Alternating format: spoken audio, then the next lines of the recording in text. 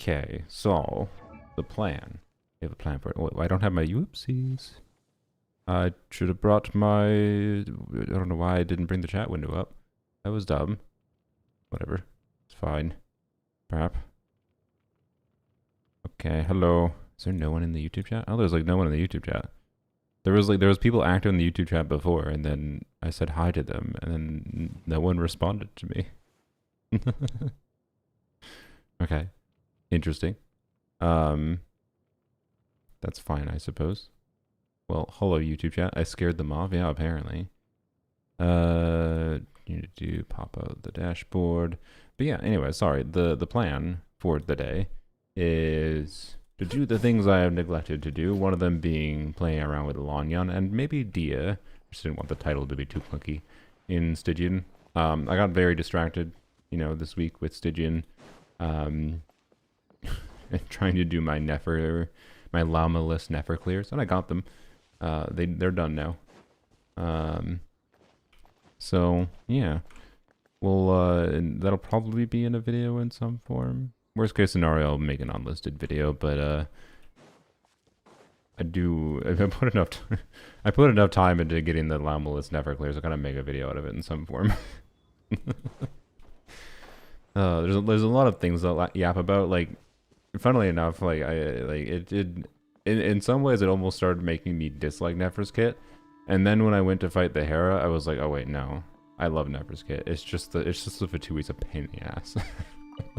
The Fatui is a pain in the ass, and its mechanics suck. So yeah. Anyways, for DPS Lanyan, do you need to level her normal attack at all? Not really.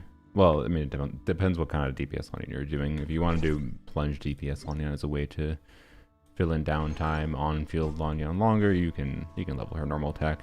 You can also level her normal attack a little bit if you want to, just for the tiny bit of additional damage it gives you in the rare situations where it makes sense to like use her charge attack to snipe something. But usually, if it makes sense to do that, it makes more sense to use Farazan charge attack. So, you know, Farazan's normals make more sense to invest into in the team than Lanyan's.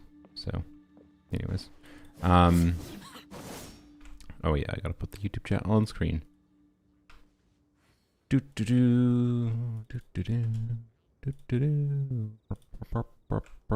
we go. Okay. So, anyways, I was talking to Twitch chat briefly. I'll tell this to YouTube as well. So I got my dire clears and the bosses that I thought I could do. And indeed, I could do a Hera clear, you can see, with an Arlecchino permanent melt situation. This wasn't trivial. It took me like 20 minutes to get. Funnily enough, it was about as difficult as Nefer without Llama was against the Hera.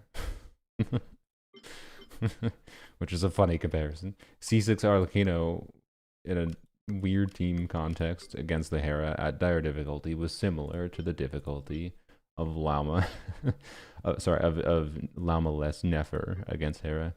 Well, specifically not just Llama-less, because I was doing 4-star only teammates, which matters. Like Nahid is a good teammate, right? So yeah. Anyways, and this team this I think cleared first try, if I recall. So this was easier than I expected, actually. And then this is weird. So on like a baseline, it seems like it's not doable, right? Like if I went in, if I go and do attempt here quick. Yeah, we'll move on to this. We're still, I guess we're. How dare I neglect Lanyan? We're still neglecting Lanyan at the start of the stream, but I'm logged into here, so we're gonna finish. So yeah, I guess here. Bap. Oop, I misclicked. Bap. Polearms only. Like at a baseline here, it seems like it's very not doable. But I can tell you one thing I have learned from fighting this thing for like, I don't know, too long. Fighting this thing for way too long with Nefer. I've learned a lot about how this enemy's... how does enemy do? Can you trigger Fav? Oh, I do need to do this though. Really? Do I have any?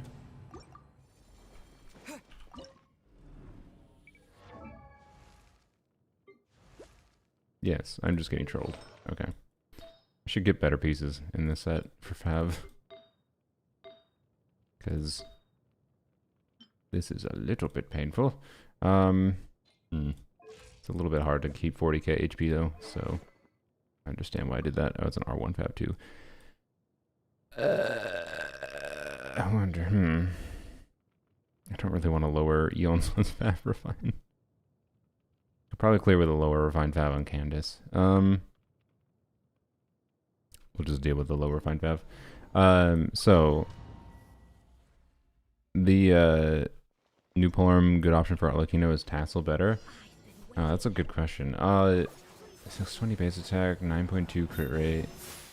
Skill hitting gives... I don't think it has a cooldown. I think you have to be in an AoE situation for it to be really good on Arlecchino. I think it's a weird option for Arlecchino. It might be surprisingly... like, it might be a lot better than some people might think. For Arlecchino. Than White Tassel, just because the base stats are so... like, it has, like, really good base stats. But, yeah. Anyways. So, what I have learned... there we go. Brat... okay. Is... okay. Do this... you know... no, not me Guoba! Okay. Brat... okay.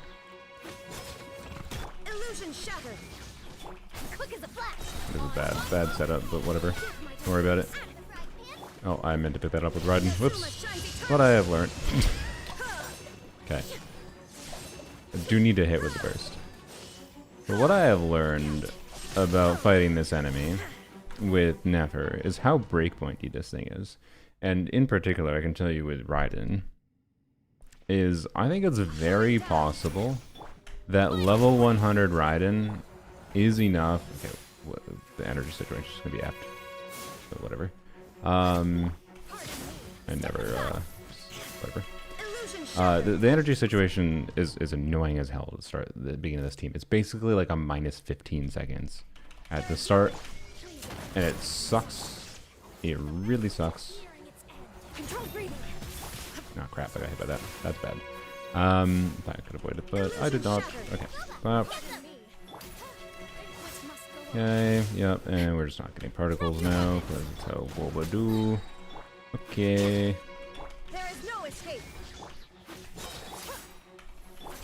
And getting scroll buff in the first rotation is also really tricky. I think I can use Guoba to do that properly, but anyways. Maintaining Eon Sun buff to good utility with Raiden is kind of tricky, but I think it can work well.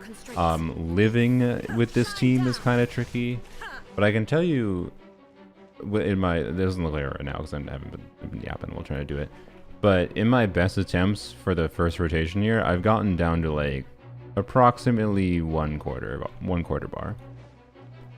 And that's in the territory of like, that's in the territory of like,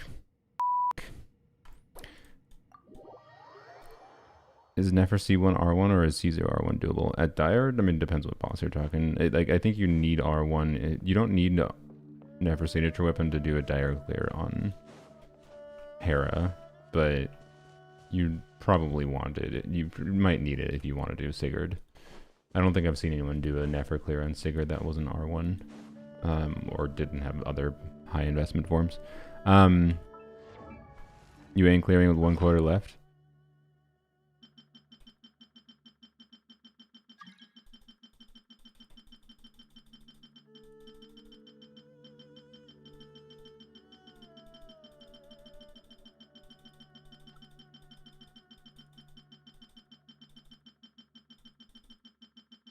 Anyways, I meant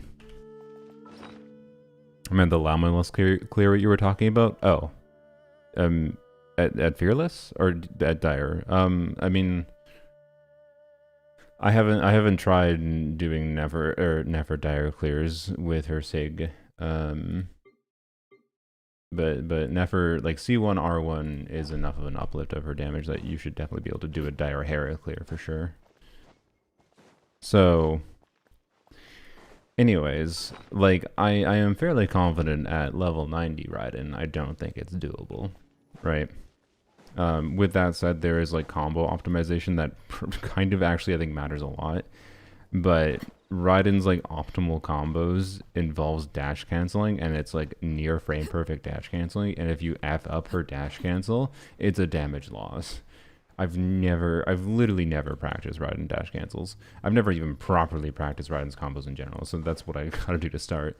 I've just felt my way through things mostly, and like I've never really had to get under the hyper optimization of Raiden before. Like I might have to for this, and it's just like, oh my god. But like if I get really good at optimizing my Raiden combos, I have perfect energy situation for funneling, smooth fast rotations, dodge at the right times, keep the right amount of Eon Son buff up. By the way, something I haven't messed with, which probably matters. I can use a Scofier weapon on Eon Son, I'm pretty sure. Like I'm fairly certain, so this would mean removing the Escoffier weapon from Arlecchino, but I don't think that's that big a deal because it saves some rotation time by not having to burst on the Escoffier. So, wrong thumbnail. What? Okay, I am 1,000,000% I changed the thumbnail this time. How the hell did I do the wrong thumbnail this time? What the fuck?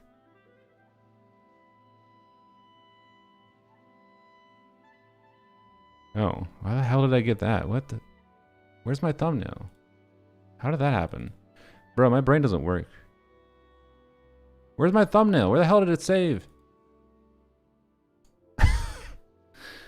I clicked my... okay, so I always save my live stream thumbnail as untitled, and somehow I selected that one. That one is saved as untitled in one of my folders. It's saved in my... what is it saved in that folder? Oh my god, Jesus Christ. Well, I see what happened, but... okay. Clearly my brain is devolving. Okay, fixed. Thank you. Oh lordy. Oh lordy, my brain. Anyways, have you tried Raiden against Hera by giving Shev enough damage to permanent infuse pyro? That's an interesting option. I should consider that because obviously Arlecchino can cheese whatever. So I'll have to go test that. Because yeah, Arlecchino can probably solo the Fatui boss. Yeah, Raiden. So what would the team look like? I guess with permanent pyro infusion, Shev. So Chevros just needs to do enough damage to it. Theoretically, I don't know. It'd be a little tricky, I think. But it'd be like Raiden, Yon-son. Well, it wouldn't even matter though. No, I don't even think it matter. I think it's. I don't think it matters because we don't have Fischl. Like, what the hell is the point of having? Like, yeah, the reason you do Eons on Fischl Varesa is because you have Fischl. We don't have Fischl, so there's literally no point. But I don't know. It's possible. I don't know. I don't think it is. Like the DPS check for the Hera is functionally meaningfully higher than the whatever. Yeah, I know you can use Fischl to bypass the mechanic. But it doesn't help me for polearms only. Doesn't really help for polearms only. So yeah, the Hera DPS jump, but I do think I can get away with not using a Scofier weapon. I haven't tested it for sure, so I'm not 100%, but I'm like 95% confident I can do a Hera clear with Arlecchino without using this weapon on the team. And therefore Eon-son could use it. And as long as I can figure out the Eon-son weapon situation, this is a 32% attack buff that can apply. The healing has to trigger on Xiangling and on Raiden. But like, I don't know. I've not meaningfully tried Raiden with this weapon, with Eons on, but it should work. It's just like first rotation setup problems.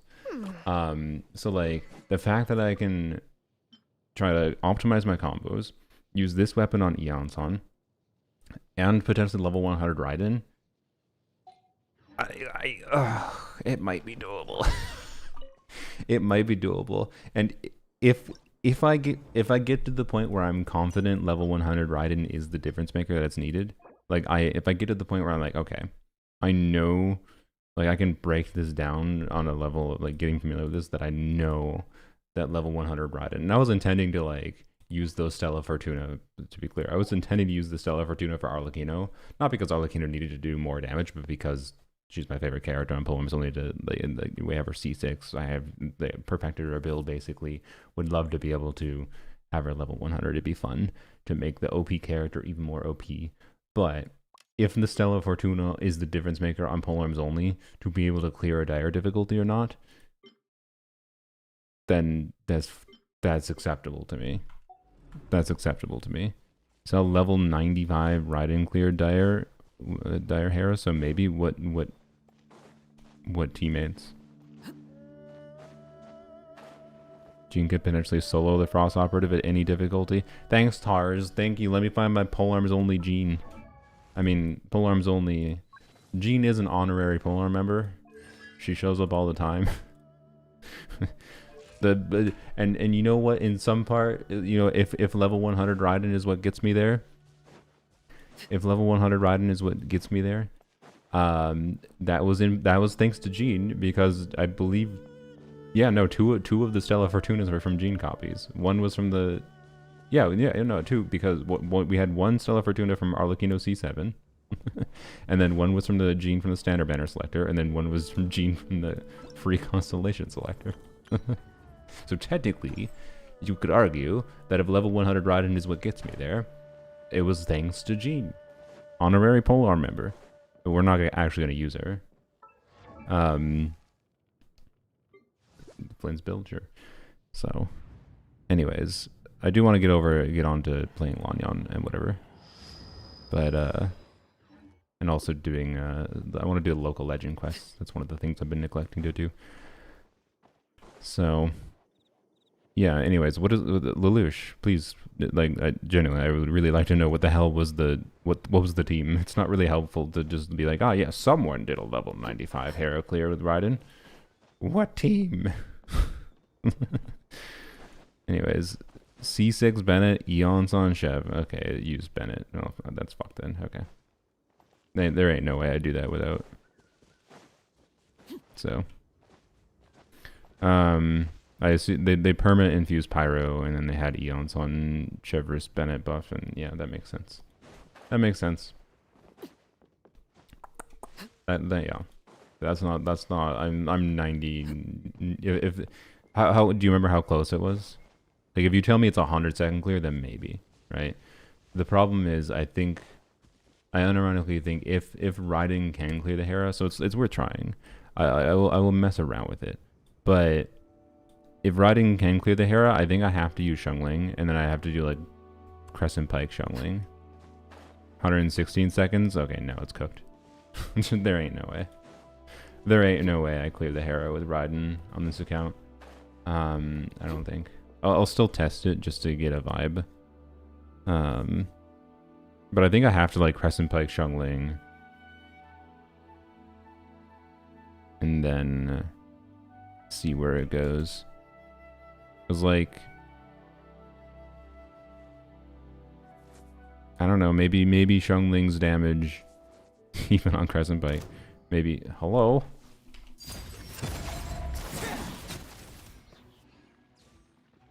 Okay. That fly just chose to die. Maybe the Crescent Pike damage, or maybe the Crescent Pike. Maybe Crescent Pike Xiangling damage. Yeah, with C4 Raiden giving Xiangling a buff. Maybe it'll matter. Maybe it'll matter. I don't know. Do I beat the Lightkeeper because I swear my Lao, my I know ain't enough? Someone teach Jean how to throw that guy. I mean, your best strat, I believe, is to use GeoMC. And then Jean, I don't know if it's doable with, I haven't actually seen confirmation that's doable without Jean C1 for what it's worth. But I believe you just gotta stagger him a little bit in some form or another, or stagger her. And then you can yoink them. And I believe GeoMC can do that. So yeah, I don't know. I haven't looked into it that much. But anyways, so I'm not gonna do the polearms only stuff right now. I will actually, you know, I'm willing to show what the Hera look like a little bit. Actually, we can just show Flynn's too. Why not? Because this is Flynn's will probably clear without me having to think too hard about it. The only thing I had to do, okay, technically it took more than one attempt because I initially tried to do it with Xiao without having Xiao on Fab, and then I decided no, Xiao on Fab was better. The light will never die. But yeah, the builds were not really that well optimized here.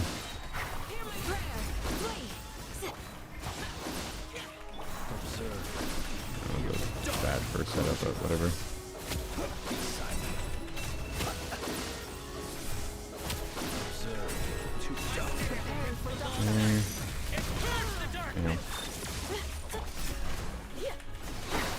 It's not ideal for Candace energy, but whatever. I really like how Xiao actually feels to play here, by the way, as the BB unit. It's kind of fun. Oh, God damn it. Bro. You absolutely just... Okay, if we fail, it's because of that dodge attack. But really...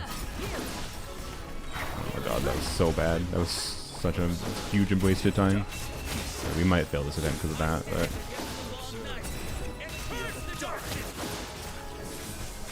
Yeah, see that dodge, that missed attack means we're not down yet.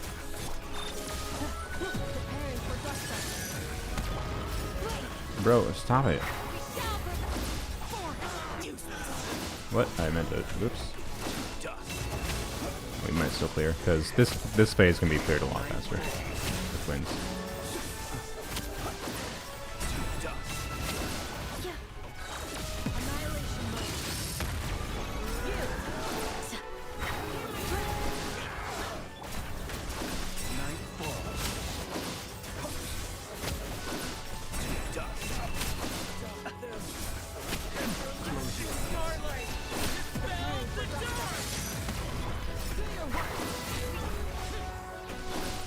Didn't have a second skill.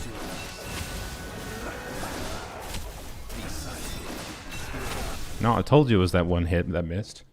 That was the only reason that failed. He freaking teleported at the worst time possible. Getting an Nefer weapon on a rerun? It's a strong consideration, yes.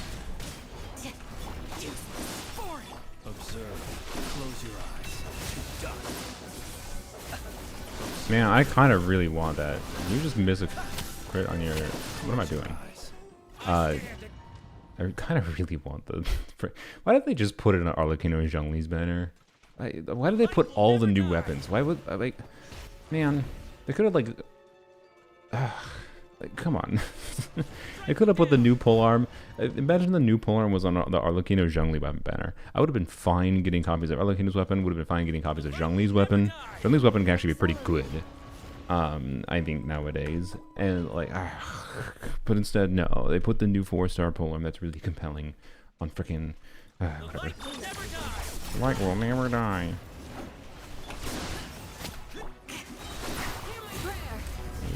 Do that. Okay. And close your eyes. Oh, I don't have energy yet. Oop.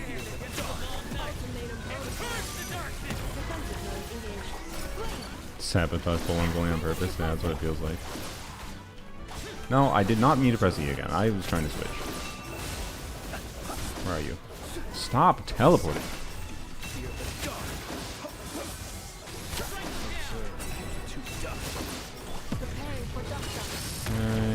Duck, duck.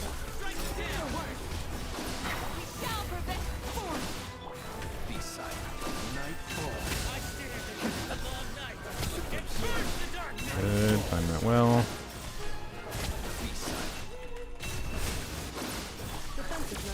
Where's our energy on a Nefer? Why don't you have it? That's weird. And annoying, but oh well.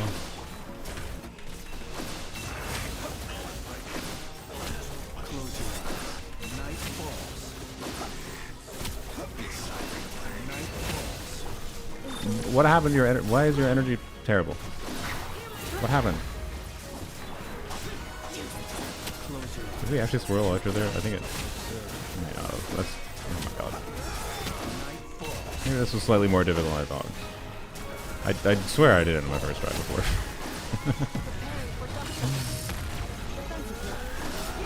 Need some idea here.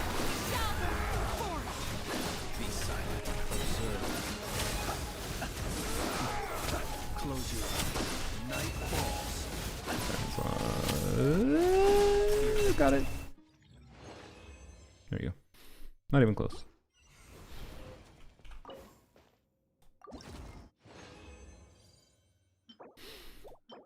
Not even close. But what is harder than that though is definitely the Hera. So even with C6, you know. So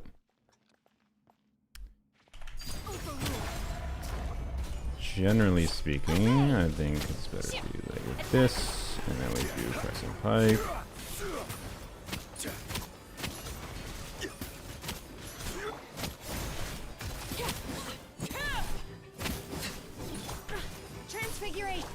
This.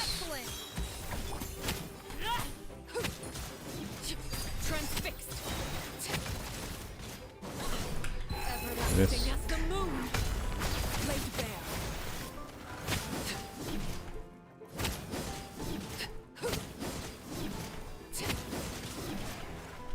Take your true form. Off to the freezer. Crap. Forget to do this. Overruled. My will involve.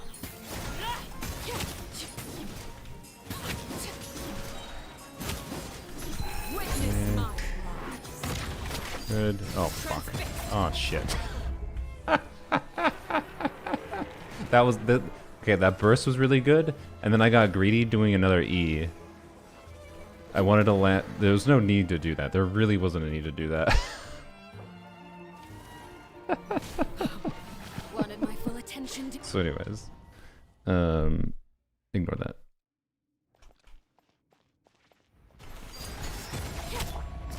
Gather. Unleash. Obey. Attack. I don't know why I did that. Actually might cause a problem because it might get higher immune. Nope, I did not. Okay. Do this. Goose on the loose. Overruled. Unleash. This is where transfix. Manifest. No, I should have held there. Whoops. Yep. Okay. Do this.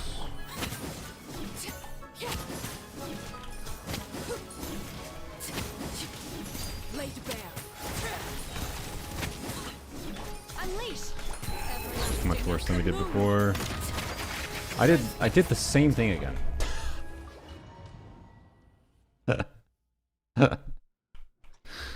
Oh boy. My brain. Don't worry about it. Obey. Manifest. Off to the Stop doing that. Non-infused HP on boss a lot less than infused or resistance. What? How do I beat Lightcaper? Because I swear my Llama I know ain't enough. Neither is Mobika Premium. Someone teach Gene how to throw that. Oh wait, that's the same comment as before. Okay. What is? I thought there was new messages. So there was just okay. There we go. The YouTube chat, sorry, is being broken as normal. I should just. Why do I even bother using the Firefox window? I should just open everything in Chrome. Before like, you know, sorry, fixing my chat window so that it updates properly. Corinne can't clear the abyss. That's unfortunate. no escape from. What kind of Corinne team are you using? I feel like I wouldn't have that much an issue, but I do have a lot more team options. Alright. Anyways. Alright, try again.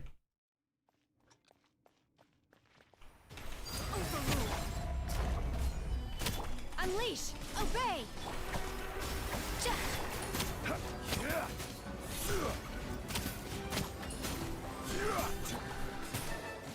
Take your troop! The pinnacle of excellence! Okay. I didn't need to cancel that. Canceling this, I think, actually is bad. Laid bare.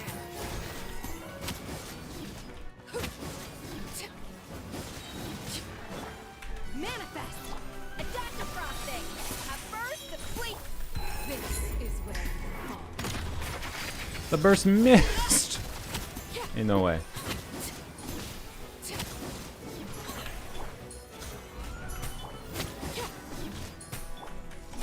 Oops, I should have held. Off to the freezer! Juice on the loose! Brutal.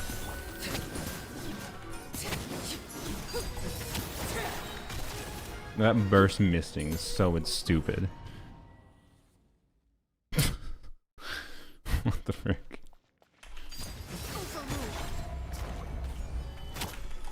Unleash! Adaptive frosting! Terrible jump. Transfigurate! The pinnacle of excellence!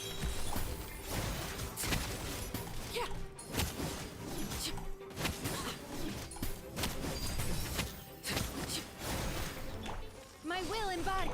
A little removed.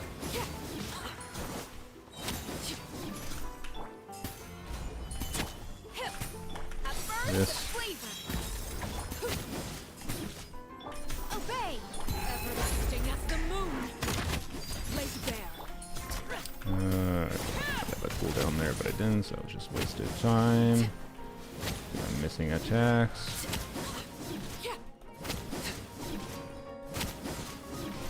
Unleash. That was terrible. That was really bad. Okay. Hip. What are you doing? Adaptive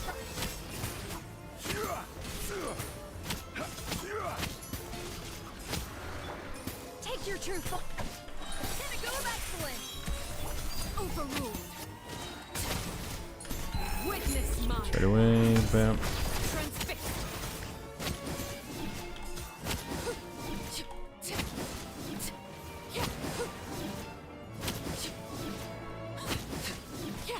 My will embody. A little moose boost. At first, the fleet. Okay. I don't think I did a really good job with that. Whatever. Oops, I should E-burst.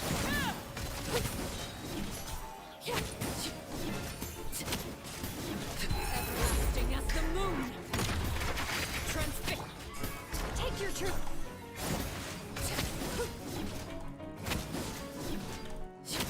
Yeah.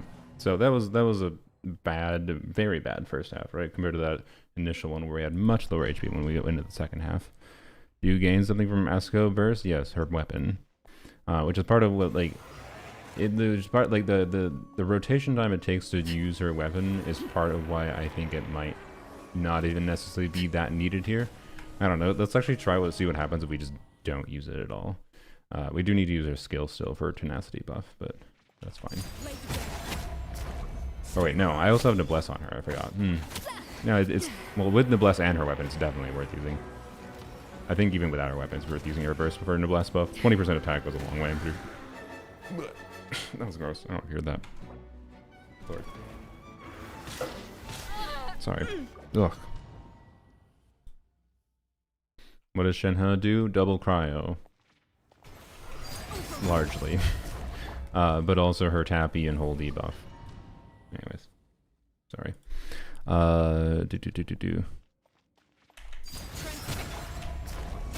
Manifest. I should have done the setup with.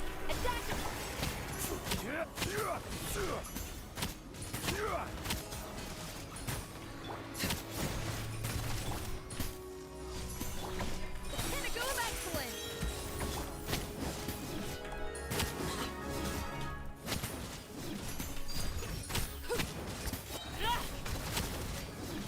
Obey. Witness my rise. Overrule. A little moose boost. Okay. Maybe too much time on those characters, but well.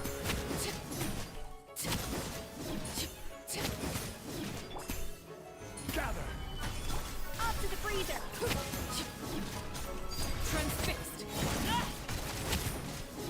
Everlasting as the moon. Laid bare.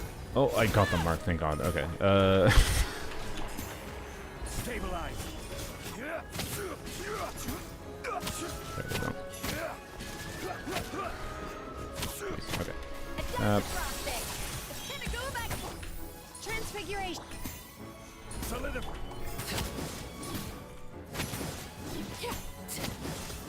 Transfixed.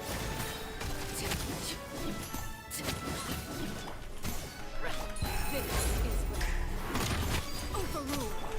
My will embodied. Cryo incarnate.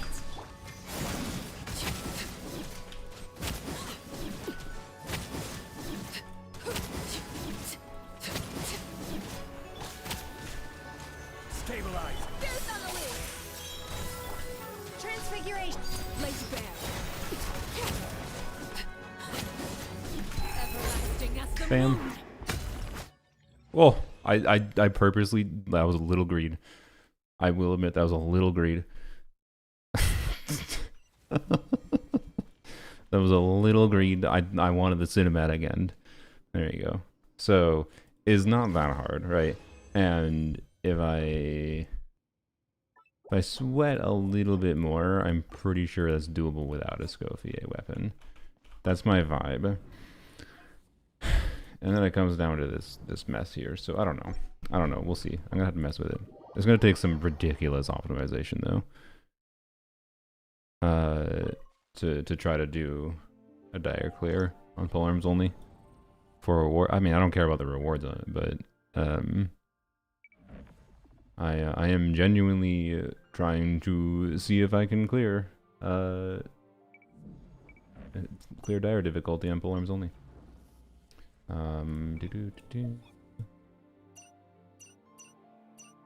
So we'll see how it goes. We'll see how it goes. So Arla working a bit like Hu Tao, like if she has less HP, she makes bigger damage? No. We want more Bond of Life. So, like, part of C6 Arlecchino's gameplay nuance there, and is her C6, so her burst cooldown is lowered by C4, and C4 also refunds energy. And then C6 makes her burst do a lot more damage too, so it's just worth using. But it also is dealing damage based on her total bond of life. But you still have to do damage that isn't just her burst damage, right? So the nuance with her C6 is trying to use her C6 at times to min-max the highest amount of bond of life total. So if you saw what I was doing there in practice, is I was usually never wanting to go below 100% bond of life, which is half of my HP bar as the red marker.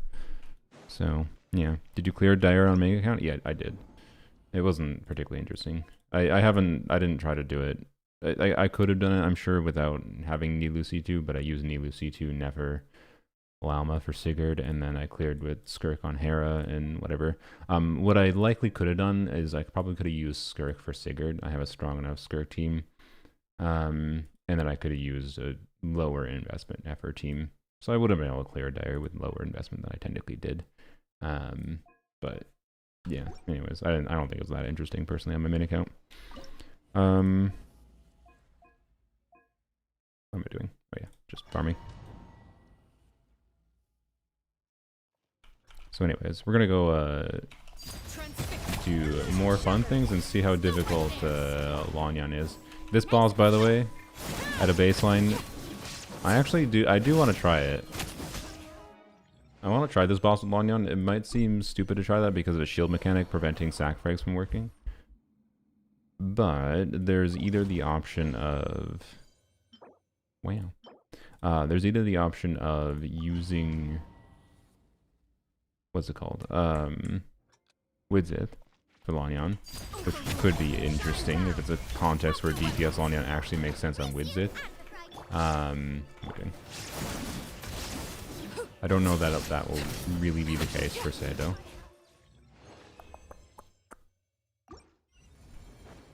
Doo-doo-doo. Yoink. I don't know if that'll really be the case or not. But anyways, Lanyan against Hera I think will be interesting. Lanyan against Sigurd might be interesting too if we want to do an Nefer team. So I don't know. We're gonna go mess with Lanyan because I spent enough time messing around with Nefer. I want to see what Lanyan can do now in Stygian. Not to mention you can't heal, so no Farina buff. Yeah, so yeah, that's a factor too. So I have no idea how it's gonna go, but I think it's gonna be interesting to try. The Fatui operative because of the Farina problem, but Farina is still giving some damage bonus, right? And so it's definitely gonna be a context where I do, you know, tenacity Farina and just have Farina full on energy duty. Actually, no, wait, maybe I full on energy duty, but you're not even triggering Fab that often. So maybe I do Key of Kajna Suit Farina. I don't know. It's gonna be weird. Anyways, let's go on to my main account. We'll claim my dailies here quick. Keyed off this account. But yeah, oh, man, I really would like to have this 4-star weapon. And like the only thing that makes me uncertain about going for this is the risk of Columbina being a polearm unit, right? Otherwise, honestly, I'd almost be down to have like, frick it. I don't care if we get a bunch of useless 5-star weapons. Getting R5 of this is good enough to risk going for. It's that good of a weapon at R5. For a polearm only account, mind you. Like everything that I can possibly obtain to min-max things is potentially valuable. But like, ugh. And I already did 20 pulls on the banner to see if I could get a like at least a single copy or 2 copies. If I got lucky, then I would have considered it more. But man, I don't know. Makes me sad. Why didn't they just put it on the freaking polearm banner? It was a double polearm banner. Like they could have put it on the Zhongli Arlecchino banner. It was a double polearm banner that I would have felt no qualms. The buttholes. Gamba. I don't got nothing left of Gamba, yo. Ooh, I could do another 10 pull. And almost assuredly the next temple is going to give me none of the polearm. Like, if I had gotten a single copy, in the 20 pulls before, I would strongly consider it. But now I have 10 pulls left. I have 10 pulls left. Thank you for that ain't getting me R5, and R1 would be cool, I guess. Still, yes, but not cool enough. Not cool enough. And like Columbina is by no means guaranteed to be a polearm unit. Her weapon I think is still super up in the air. She could be a polearm unit though. And if she is a polearm unit, doing something stupid like going hard into this banner, it would be a dumb mistake. So yeah, I don't know. All I can do is hope that they rerun this thing. Like it'll probably have a rerun banner this year. So all I can do is hope they rerun this thing like with a Nefer signature weapon or something. That's my vibe. I think there's a chance at that, but yeah, because it'd be one of the reasons I would like to have it is for a Nefer potentially. So yeah. Anyways, where's Lanyan? We're moving on to Lanyan shortly. Sorry, just finishing things on this account, and I got distracted. Polearm Columbina Trust, yeah. This route. What's funny is like Columbina would do a lot for giving more, probably unless her kit is super restrictive, but Columbina most likely would do a lot for giving polearms only a lot of stronger team options. I need to do the event today on this account. Okay, I'm going to go log out where that event is located, so hopefully I remember. Yeah, this account would love another Hydro character, but just another Hydro doesn't necessarily help me with like my goal. For example, my main goal that I would be working towards is seeing if I can at least clear a dire difficulty, which is hence with this whole yap here and demonstration of some stuff that like I'm so close but so far at the same time. Like, what would Columbina do? Hypothetically, Columbina being a polearm unit that, you know, let's say buffs attack and EM. What would she do for this account, for this Stygian? Nothing, I don't think. like unless she does a shit ton of damage herself, that like a Columbina main DPS team, this is the way to clear the Fatui operative. I don't know. So, anyways, oh, by the way, I'm more in line with the belief that Columbina is going to provide a shield for the team. And now having played Nefer a lot with Kirara, Nefer feels... Nefer might be the first character in the game that I strongly like having a shielder with.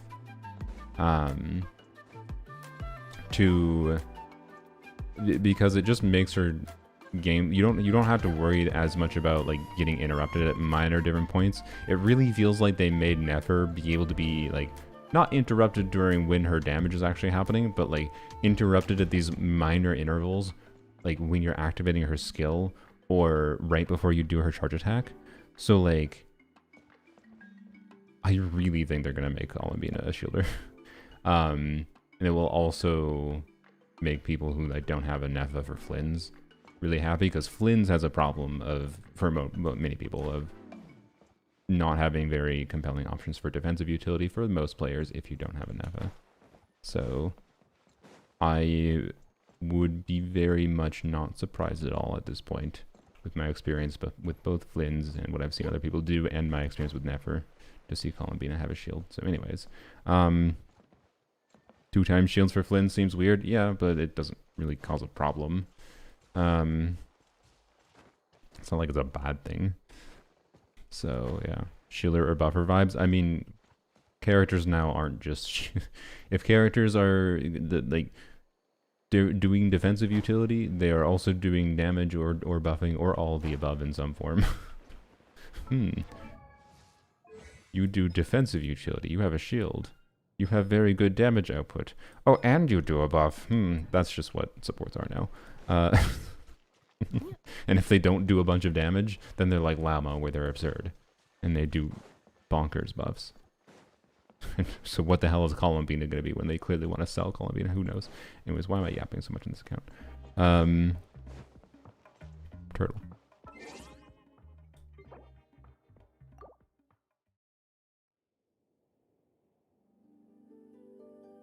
But I could be very wrong.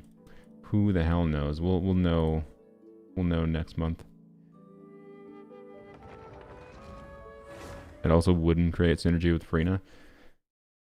I mean, it might create synergy with Freena by doing that, but I don't know. Anyways, here are the Lanyan.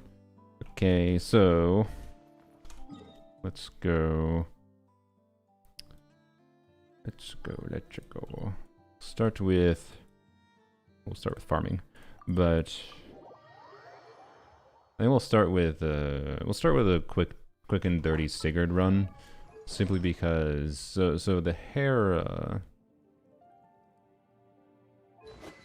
I should go back to what I used to do on Lanyan, where I had Farazan on scroll, because VV getting Hydro swirls, VV doesn't matter when it's going to be Hydro immune, right? So the Hera is weird in that I don't know.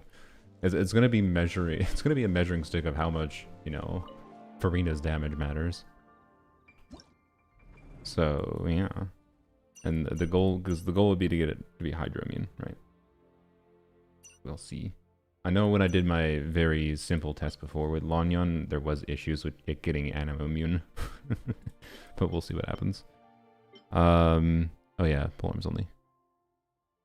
Crap. So, but anyways, let's do just this first. Columbina will attach a Kuhenki summon to you that will paint a buffing shield around you. Yeah.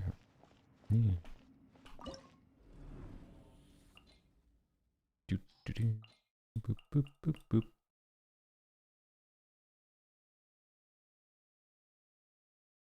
So, you know, like for example, while sorry, with the Nefer with shielding, since we're on it, I really like how this team feels to play and generally flows, but like the weak link here is definitely Ino and not having a shielder, right? And in particular, the weak link here is also in that like Nefer plus Lauma, you know, unless you have Lauma C1, doesn't have as compelling healing options. So like I've seen plenty of people use like Kokomi, which is instead of using I Know It All and whatever other option. It's just like most other options, in my opinion, that aren't like using Kirara. Like I think if I didn't have Lauma C1, my preferred team would probably be Kirara.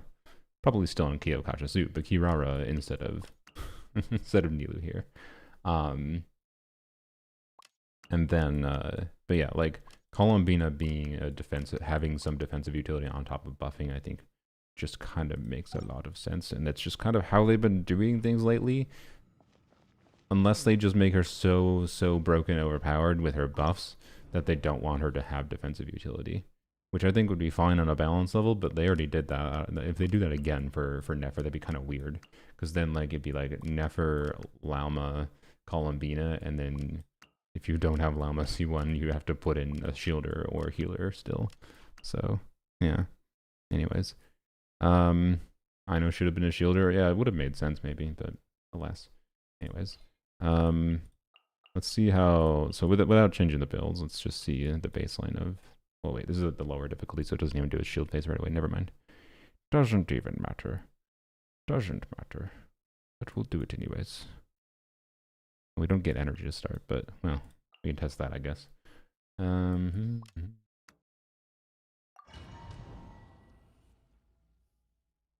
Yes, I'm aware. If we have to, we might have to do, I know, or whatever, an F combo, I don't know.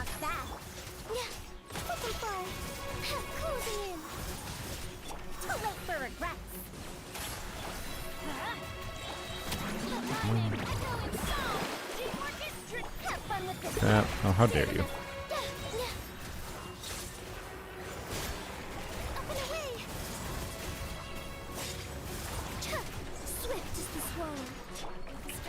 Well, that's annoying.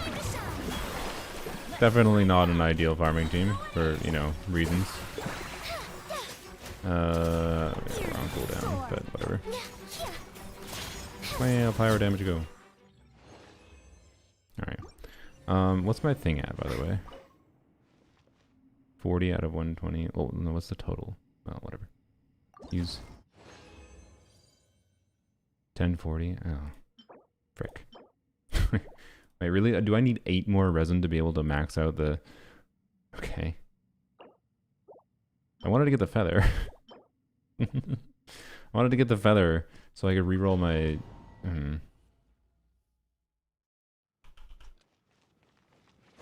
I could just use a fragile. Do I want to use a fragile? Should save it for Durin. I mean, does it really matter? Like, it just means a lot of like wait a day, worst case scenario, to level Durin properly. Probably fine. Like, don't you do it. You're gonna die this time. Okay. Yeah, get wrecked. Alright.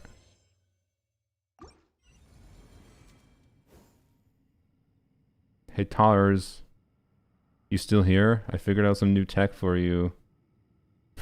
Yeah, I figured it was because I spawned. I was definitely it was definitely not there until I looked down more though. I can't even open it from here. Wow. Wonder if this can be abused to do something.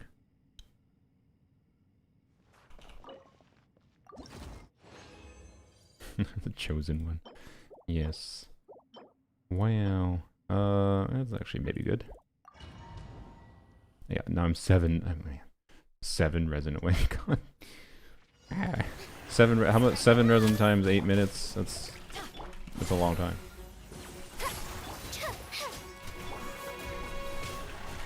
Yeah.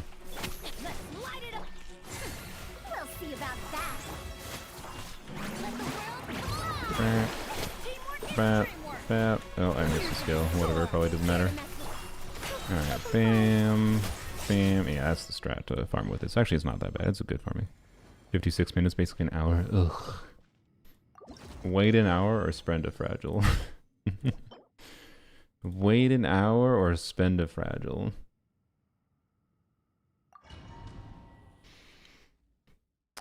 I feel like... See, my brain's like, no matter what I do, about It's that. already a cursed situation. It means the goblin's gonna reroll terribly.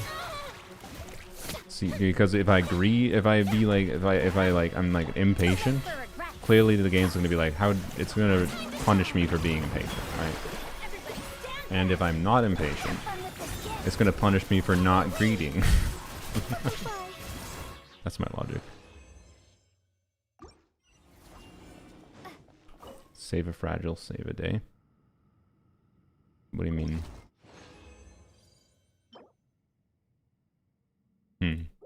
It's an interesting piece. So close to my perfect,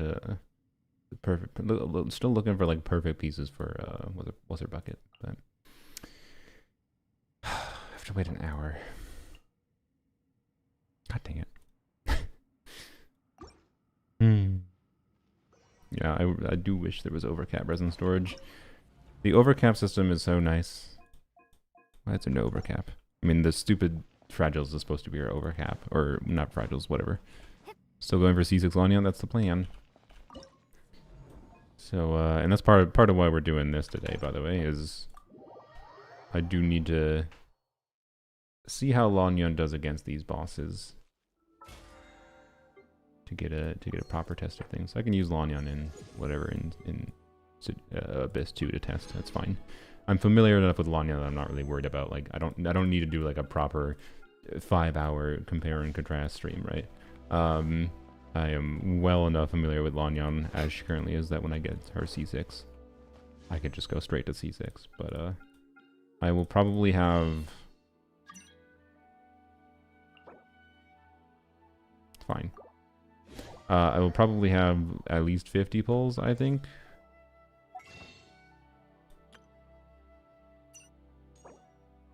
Oh yeah, I gotta. Yeah. The buffs have thrown some of my plans off. I was wanting to level up Lee since I got her C6, but yeah. So I have like 40 wishes right now. Hello, Kave. Is this one of you guys, or is this a rando?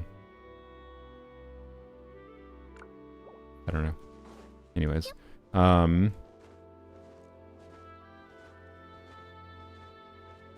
we know she's coming on Tuesday.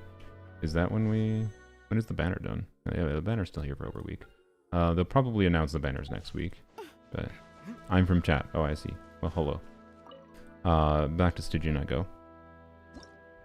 So let's go check quick. Welcome in. I suppose. Oh, can I not? No, don't invite to go up. Okay.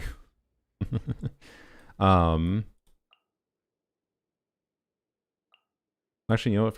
First, actually, I do want to see what happens if I do Sigurd. Oh, god damn it! I can't. Okay, sorry. I'm gonna. The UI is worse in co-op. So, sorry. UI is terrible in co-op. I can't drag. I was gonna let you hang around and steal all of my flowers, but the UI is bad. But yeah, the major. I don't think we need to talk much about Durin today, but if you want my predictions, I think Durin is not gonna get major changes tomorrow. I think Yehoda will get changes because I don't think Yehoda is intended to be as bad as she is. I think Yehoda is meant to be as bad as she is in her intended role. I think she is as good as she is meant to be for damage, and she's surprisingly good for damage. I don't think they're going to change that. I hope they don't nerf her. That would make me sad, but because the way you get her damage is clunky enough to justify the damage output, in my opinion. But anyways, select a preset team. Lanyan. All right. Is the Jeff Calc C6 Yehoda better than Chaska C0? With Durin, I assume? I'm assuming with Durin, right? But that honestly doesn't surprise me that much because of the fact, like, this is why, like, they Durin official Mona. Yeah, okay, that makes sense. Yeah, if it's Durin official Mona, like, it's a little generous saying, but I don't know. It does highlight problems of Chaska's kit. And I think Chaska will scale more with investment, and I think Yehoda has severe gameplay problems that will limit her in-practice utility. But also Chaska has pretty significant gameplay problems too, so... Anyways, I'm still fine with that. I maintain my perspective that C6 4 stars, if they're meant to do decent damage, which Yehoda seems to be meant to do decent damage, unless it was just a mistake that they gave her as high multipliers as they did. C6 4 stars that are meant to do damage should do as much damage at C6 as 5-star DPSs can do. They should feel as compelling to DPS. They don't have to do hyper carry DPS, right? That's not what Yehoda is. Yehoda is doing good damage in conjunction with the rest of the team is doing good damage. So, anyways, I like Yehoda's kit, but they really need to change how, at minimum, they need to change her skill cooldown. They need to change her skill cooldown starting only after her dash is done. That causes really big problems. And then I also personally feel they should lower her burst cost to 60, which would also be a 15-second cooldown. So, yeah. Yeah, most people would calc Chaska with average bullet RNG, yeah. Anyways, let's see how this goes first. Oh, wait, I said I was going to do Sigurd. Frick. I want to do Sigurd first. The Sigurd first. Sigurd would, I think, make sense with the builds I currently have, whereas Hera, definitely I should change the builds for, but I'll see what it's like before I change the builds. They might nerf her healing. I mean, all the people assuming her healing has the current HP scaling it has is, they're insane. Like, they are going to nerf her healing because that's not what her healing actually is. That is an error. I assure you that's not what her healing actually is. It is just an error. People assuming that's what her healing is, I think they're bonkers. Like, it's not real. It never was. Like, those kinds of errors in kits happen sometimes. Okay, setup is annoying. Yep. Oh, I don't have energy on you, bad.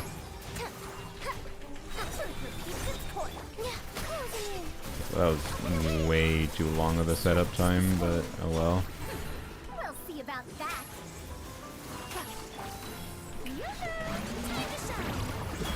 Everybody stand back. Gears of the storm.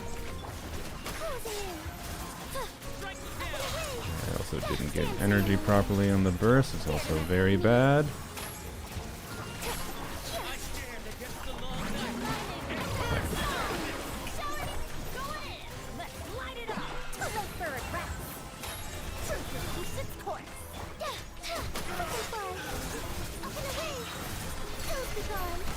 Sounds good.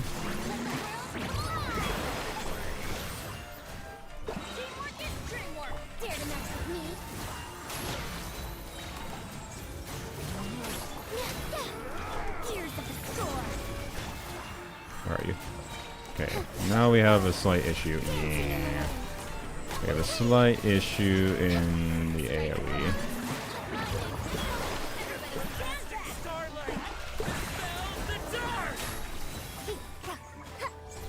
Cooldowns. One awkward thing with bars on here. So yeah, I don't think we clear with this team, unfortunately. It's not too surprising. I kind of expected that, based on the fact that this thing is twice as tanky. I think we could do much better than that. By the way, like I think we could get actually surprisingly close, but that's fine. I wanted to see what it performed like. So yeah, Sigurd, I think unsurprisingly would probably require doing iron. Well, okay, you know what? Without changing anything, let's just do this and see if it does it. Am I blind? Where the hell? She's up here. God damn it. Got used to her being down. No, I didn't even get used to her being down below. I just got used to whatever. Whatever. Artifact says, as far as I'm using, she's using VV. Which won't make sense for all these bosses.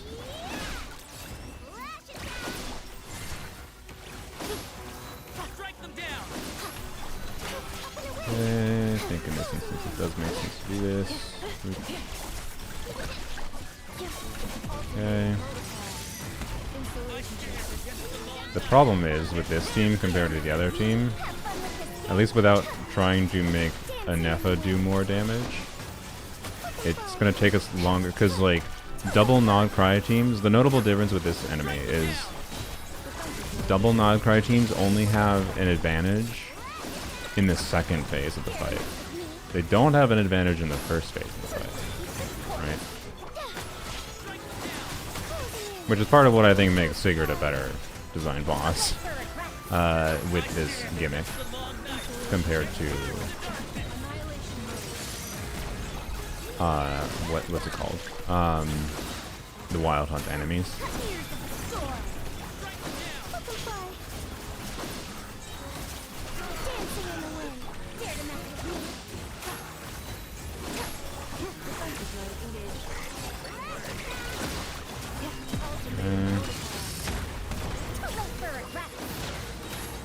We're still gonna have an issue here, but let's see if we can avoid. Yeah, there's too tanky.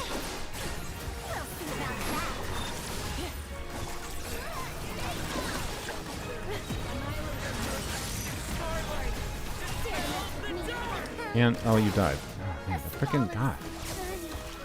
The trash mobs really F with things with Lan Yan, because Lan Yan's skill, so it's the Lan Yan in a similar way to Chaska, funnily enough, kind of has problems in AoE sometimes. Usually it's not a problem because from a fighting a boss context, because usually there's not enough enemies, or there's not enough different targets available for it to cause problems. And, you know, like DPS thresholds are lower in Abyss and whatever, right?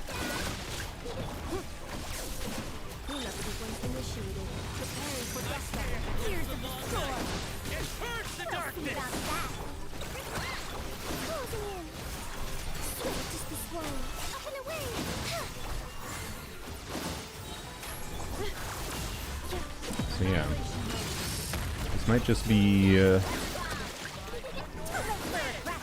really a non-ideal boss for Lan Yan because of the AoE situation effing her skill damage.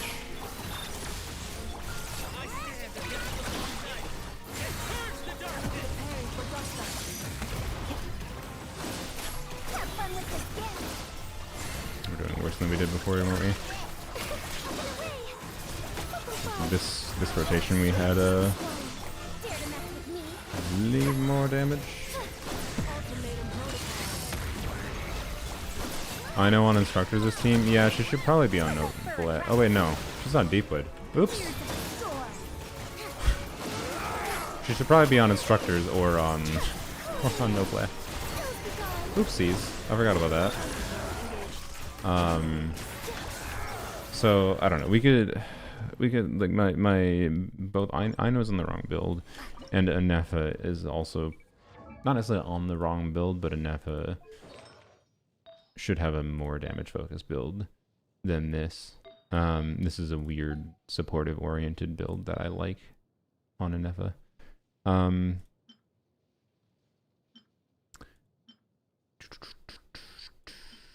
am willing to check this piece for her.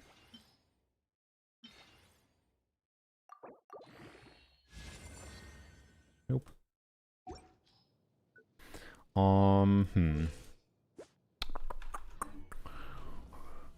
I didn't want to have to build optimize that much. Okay, before we worry about that, we can come back to Sigurd.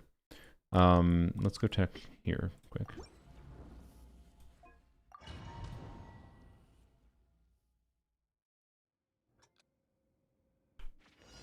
DPS on a Nefer? I'd have to leave her on field a little bit, but it could make sense. I don't know.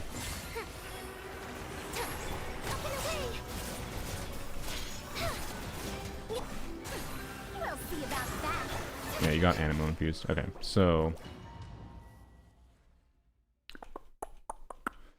I believe the way I avoided that before, because I think this happens so long as I do 2 skills, right? And 2 skills is nice because it basically immediately gets it charged up, but it does too much anima damage. So I think if I do 1 skill, it's fine though.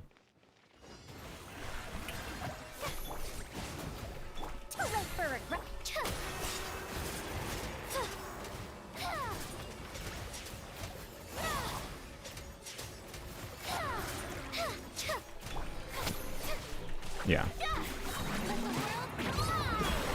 But it takes much longer then, which is unfortunate, right? Hello? Can I really not get my... Okay, well, that's got to be optimized. Right, didn't burst, I'm stupid. Did I just really get Hydro Infusion there? Oh my god. Oh, then it burst ran out. That's bad. Oh, Stygian and energy optimization. Man.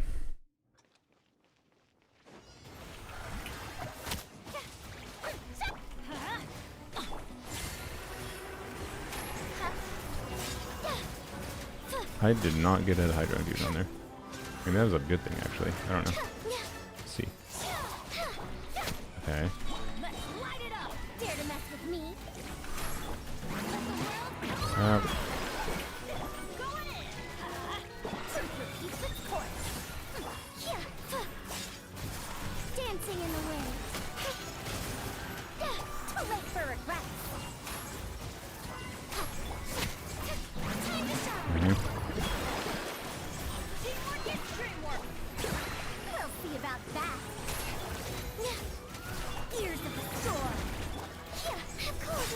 No, not the barely having not enough energy. No. Yeah. See, this is the problem. This is the problem. Like, if we were able to get through the shield, we can get through the shield 10 seconds faster, right? or like 5 seconds faster, and save us time, and we could do another rotation of damage. And I can configure Farazan and Lanyan to do more animal damage, right? This is more of a balanced situation going on here. So I can try that quick, but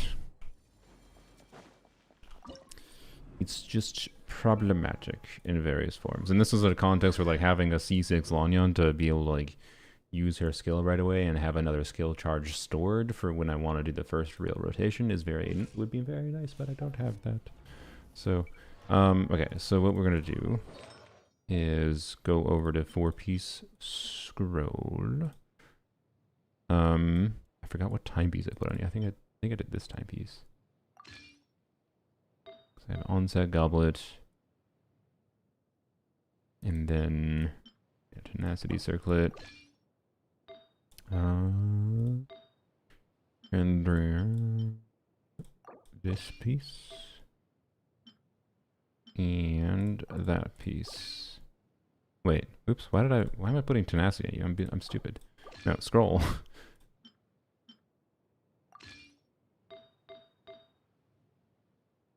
Go back.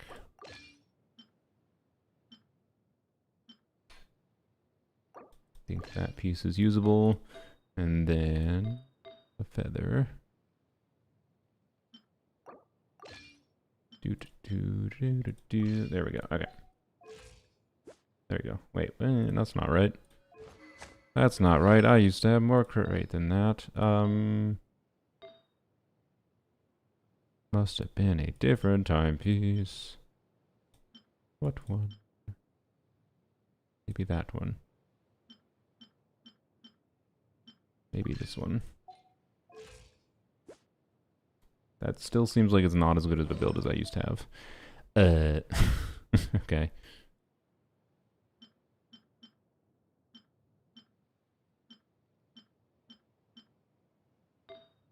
I don't remember what my build was. I know it was this. I'm pretty sure it was that.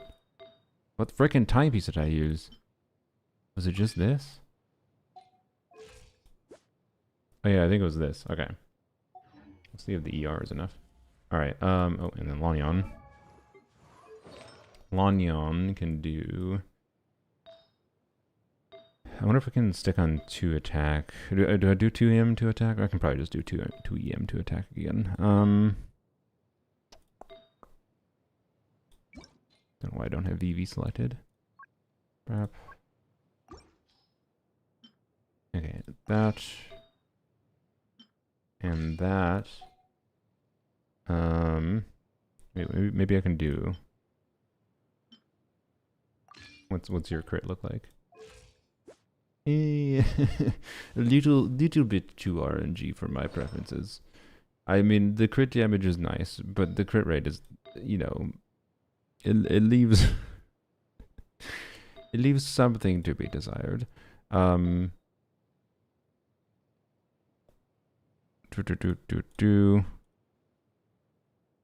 think is the best battle pass weapon. Depends on the characters you're playing, but it's either Serpent's Might or Deathmatch on a generic level because they have the most cases where they're useful on many characters. Okay.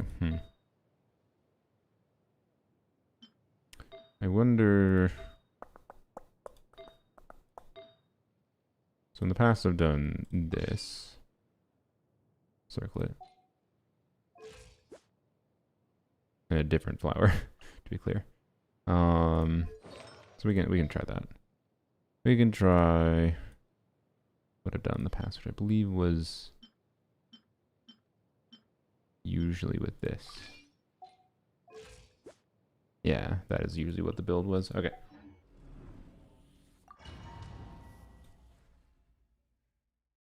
Isn't looking like a very Lanyanable Stygian compared to before. Yeah.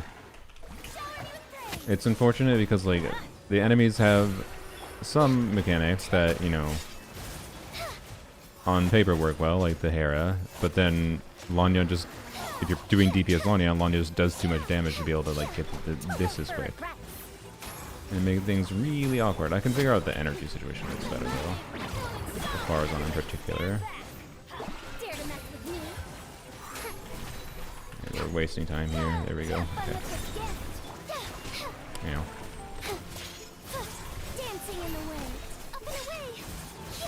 That could have been done better. We can shave up like 5 seconds there, easy. Having to do normal attacks on Farina is also annoying to trigger Pav. No crit on Farazon, Brap. Yep. I mean, we could push this towards the 50% mark, but I don't know. I don't think it gets there.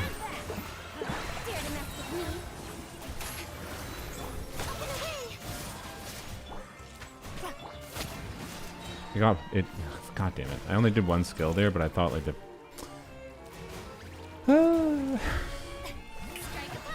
Yeah, like. The Hera is just too tanky. This is the problem with the Hera. It has interesting mechanics that are cool to think about. Like, oh yeah, Lanyan skill hits 1,000,000 times, so clearly DPS Lanyan should be good. But like, no, because Lanyan does too much damage, and when you're doing her skill, it means it'll get immunity to Animo.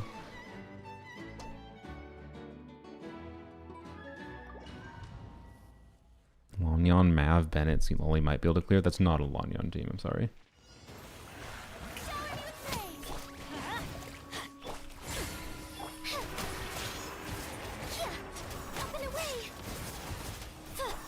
Is that gonna work there? So I did the non-infused skill there. Okay, I got Hydro.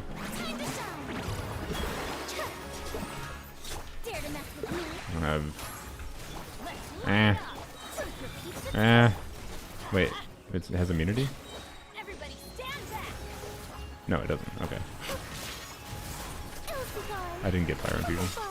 Oh my god. Yeah, that's still bad, even though okay. There's a way to do a second skill, but the second skill isn't even valuable. We didn't even clear really faster. Put the Nefer in the bag. Yeah, it seems like both of these enemies might require a Nefer. At the very least, this one wouldn't require... We could. What happens if we? Like what happens if we just remove Farazon for a Nefer? Honestly,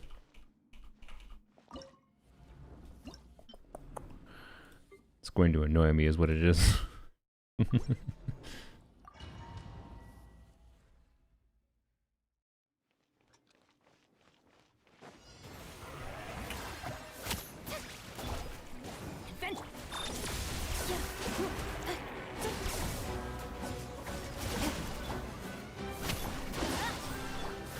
we got elementless. Cleared up quite fast too.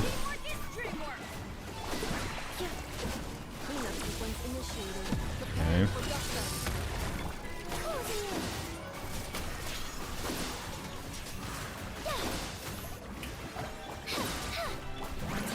I mean, yeah, the damage is just not that good unless again, it's the same thing. I have to focus way more on Nefer's damage contribution in this context.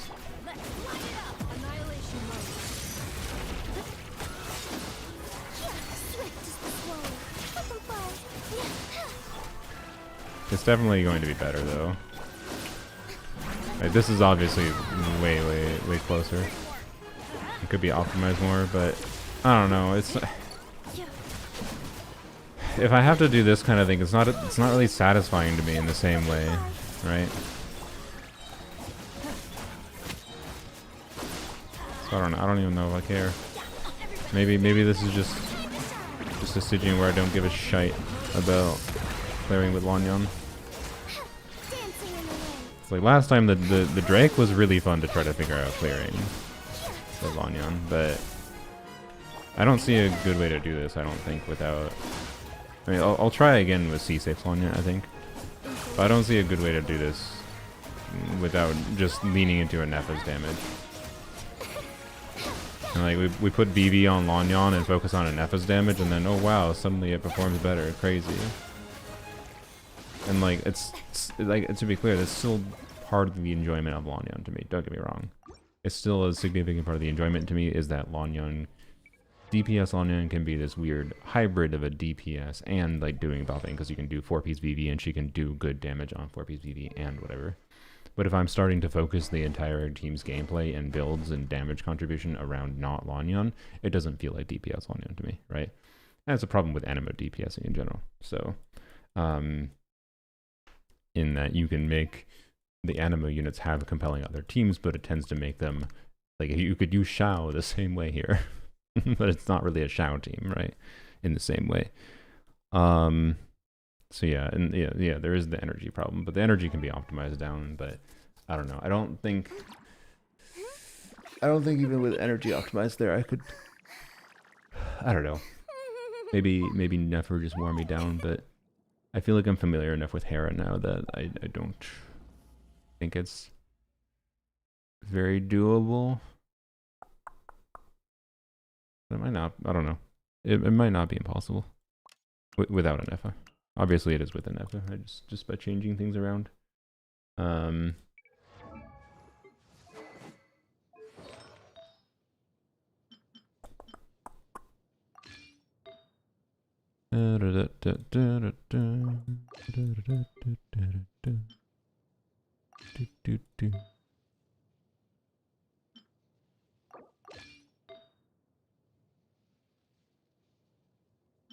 And bap.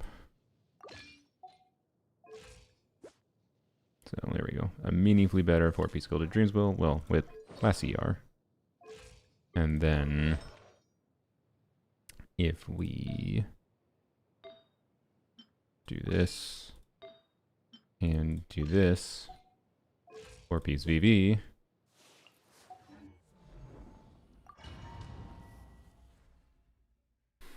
Mm-hmm.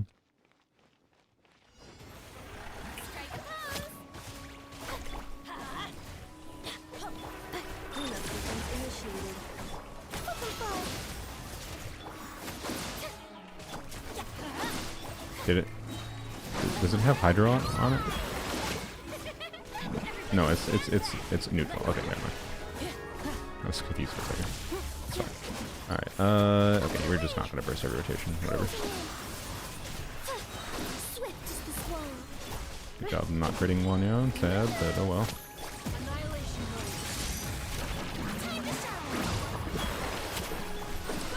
Should do some fan for optimization here a little bit. Crap.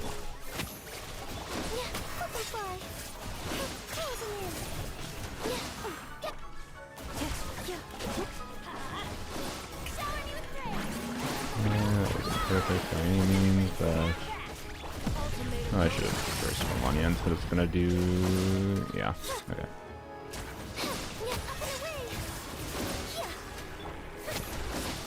And okay, got elementless, good.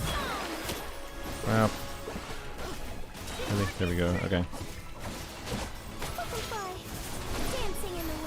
The colors are satisfying here, I will say.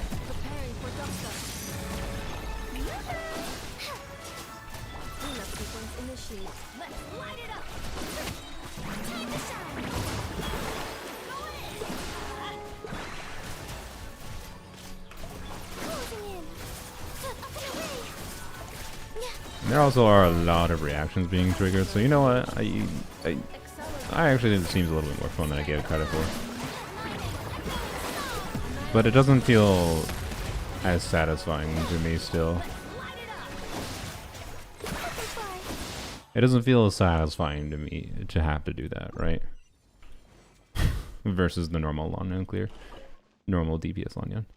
I guess we can use 20 resin now, why not? Hey guys, I have a new pet theory for absolutely no reason at all.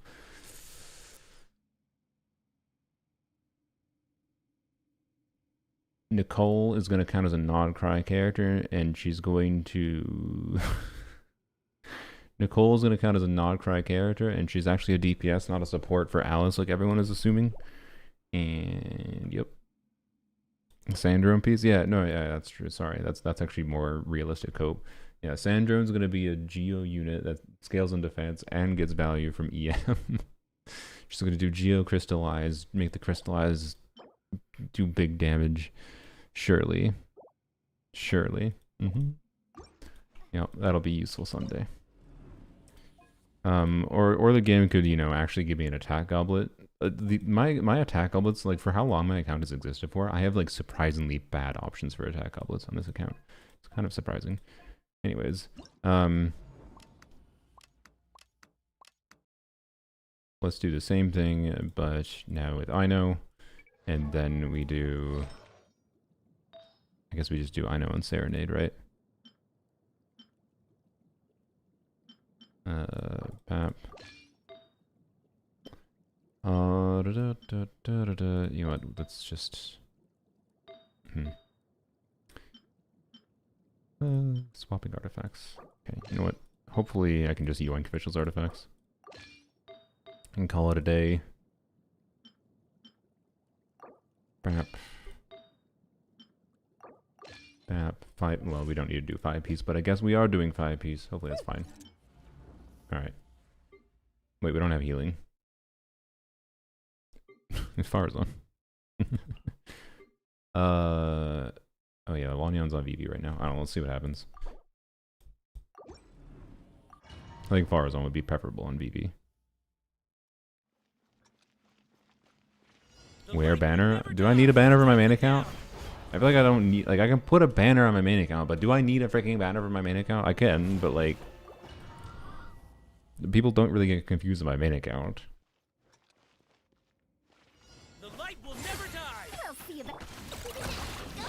I did purposely not put it on. Why did I not start with a Nefer?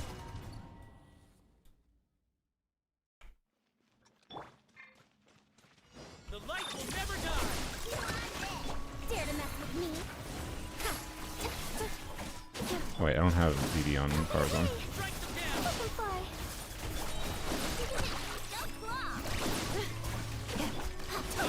Against the long night. It burns the darkness.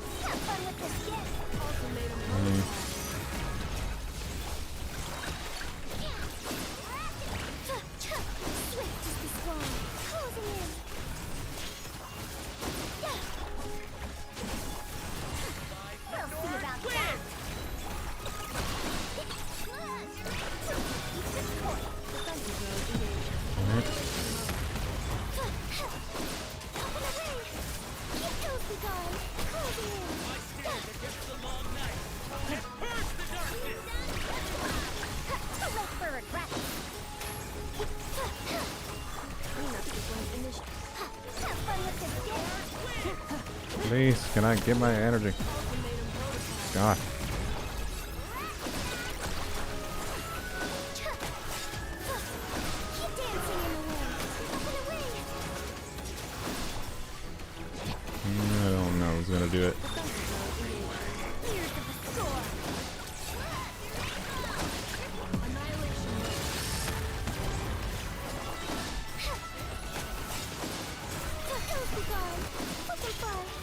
No targeting. No targeting.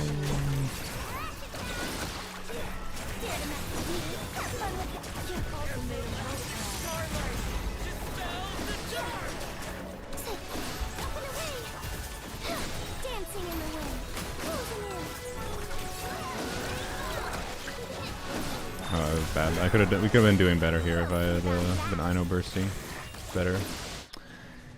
Ino burst is what triggers this thing's mechanic for its great HP bar for some reason, and Nefer doesn't trigger on its own, which is weird, but it is what it is. Level Eye of Perception to 90 for Lan Yan. I'm a fellow Lan Yan enjoyer. I mean, what is the Eye of Perception? Does it have a cooldown? Does the physical damage from it have a cooldown? It does. Okay, it is kind of garbage. Sorry. The DPS is low without Frina C2. I mean, yeah, we lost Frina buff, which matters. Go figure. Crazy. Who to thunk it? So yeah, anyways, yeah,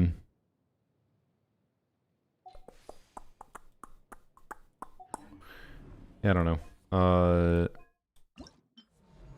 I don't think it's impossible to clear with this team. I just don't feel like reconfiguring the builds 500 different ways to figure out what build configuration makes sense. I think VV Farazan probably makes the most sense. But honestly, maybe it doesn't, because like Lanyan targeting issue in the second phase of the fight means like why even bother? Like the path might be just F Farazan and put in Bennett, right? And then you let Bennett buff Nefer. Right. So I don't know. I guess we can try it.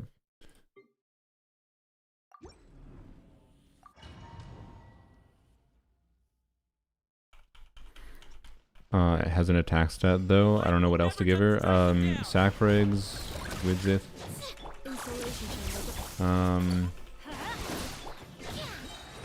If you're talking in an Nefer team context, I think the new capital might not be the most hope for her.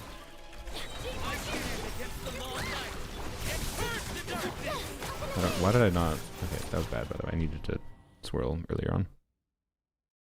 That was dumb. Dumb. Yeah.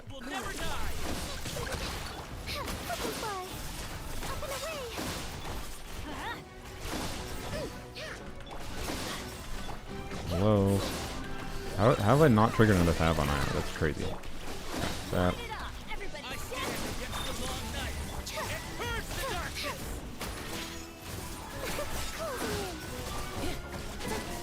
Ah, Nefer energy. Nefer solo electro is something. I should have done Bennett instead, honestly. Or Bennett. Should have done Eon's on.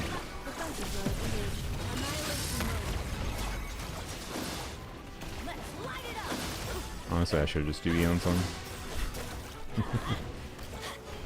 Okay, yeah. Frick you, Bennett.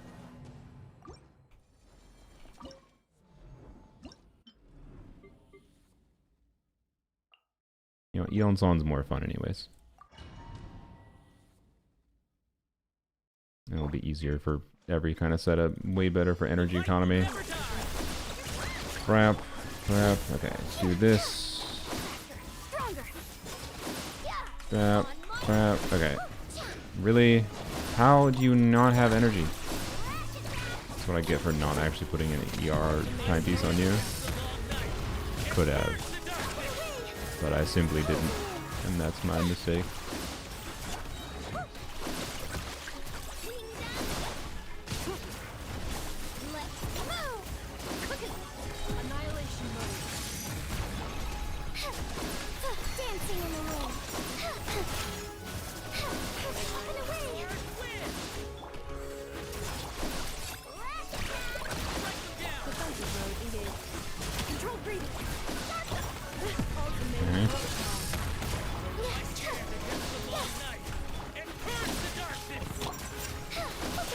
Cooldowns don't line up very well, is my vibe right now, by the way, but...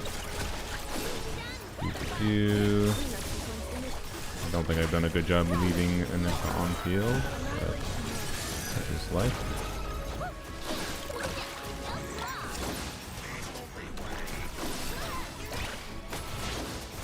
Why did I wait so long to do Lanyan? That was a little dumb.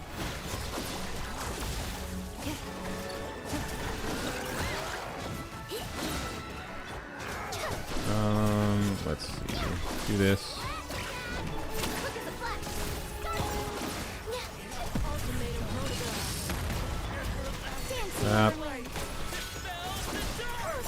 No, you're sucking the... Neon. You need to kill the dudes, but yes. Yeah, you should use sacrifice on Lanyan. Generally speaking. Although in this instance, I actually think Wizard might be better. You know what? Let's try Wizard for the nuance of it's better if we're already speccing into Nefer in the first place, it's better to theoretically just do more damage in one skill on Lanyan. Don't worry about bursting a rotation, whatever. All of the Wizard buffs buffer, right? And take advantage of having extra field time on Nefer, right? The light will never die. Control breathing. Really?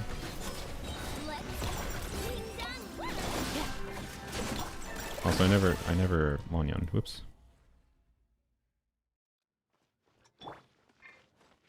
The light will never die. What the frick you?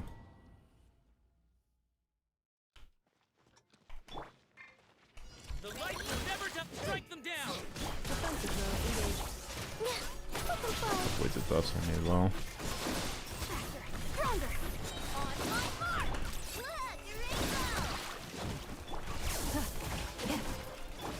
I stand against the long night and purge the darkness.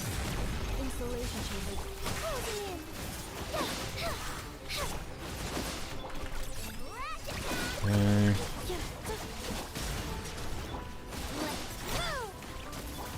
Annihilation mode. Crap. Did you just dodge my burst? Oh, you absolute buttwit. I had the Wizard buff of that rotation too.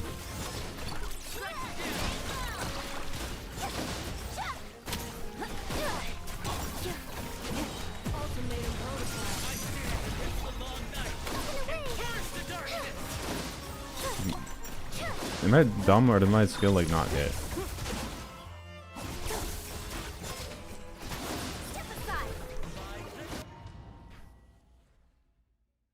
Lanyan cons do anyone? C1 is the one that makes her do double the damage with her skill. Yes, double. C2 is the one that makes her shield restore its durability. So her shield basically just becomes a lot more tanky. C3 is talents, C5 is talents, C4 is 60 team-wide EM after you burst on her, and then C6 is an extra skill charge. Doesn't for you from sack frags, but it does give you a lot more options and flexibility. Anyways, sorry. Nefer. No, I think Ino first into a Nefer, so you can funnel the particles. We have to do a second Ino anyways. But you know what? Here, put a goddamn ER timepiece on Ino.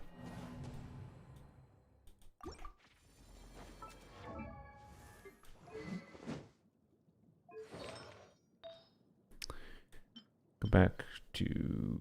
Was that what I was using before? Yeah, it was. Okay. Prep. Yeah, there we go. Shouldn't have to think about her ER anymore.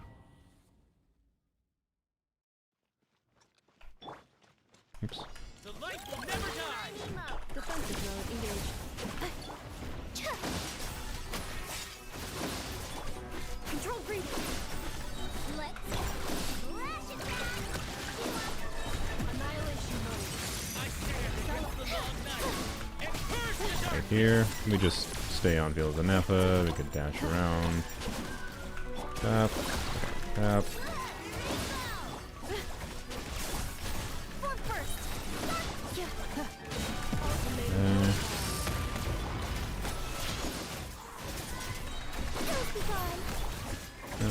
to Nefer. Initiated.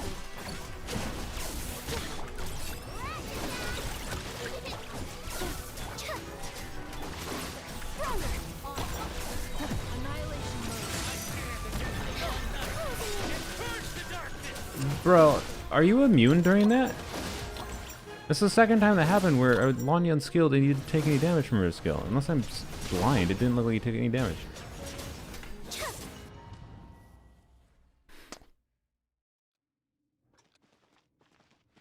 The light will never die. Really? R5 have, everyone. Alright. He just vanishes for 1 second. Really? God damn it, of course he just... Because his... Oops, I didn't even realize the path triggered there, so I didn't funnel. Control breeze. Strike them down. Ultimatum protocol. Crap. And purge the darkness. Defensive mode engaged.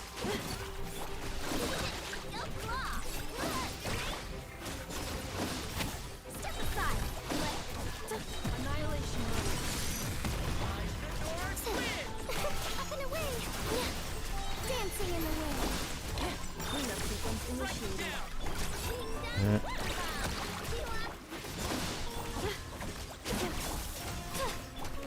Walk first. Preparing for dust. And purge the darkness. Insulation chamber deployed.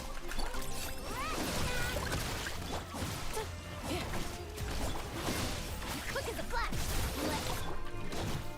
Ultimatum protocol. Closing in. Switch the swirl.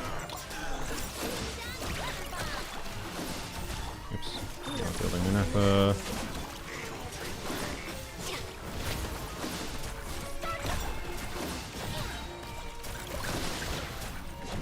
This.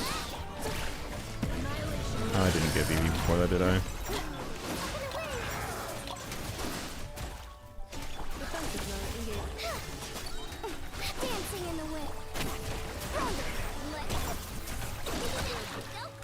I'm facing issues trying to get these stupid dudes, the trash mobs, dead. This isn't really that different. It's interesting. It's not really that different from what we were doing with, could be optimized still, but it's not that different from what we were doing with stack frags. Alright. Which is good. It means Lan Yan's damage matters, at least. Like sack frags. If Lan Yan's damage matters in that team enough, then sack frag should be better, right? So, I don't know. I think maybe it's a change or weapon play, whatever. Maybe a Katane.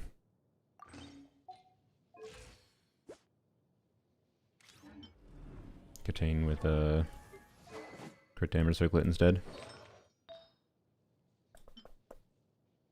Not actually confident that would be better, but we can try it.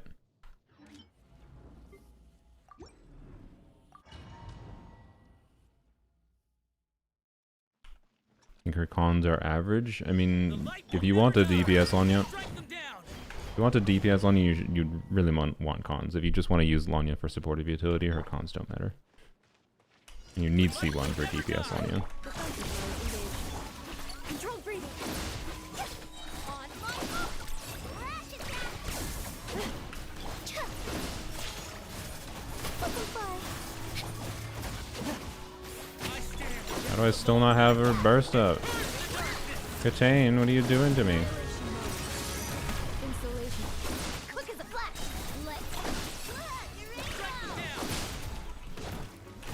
Let's go. Up and away. Close the guard. Closing in.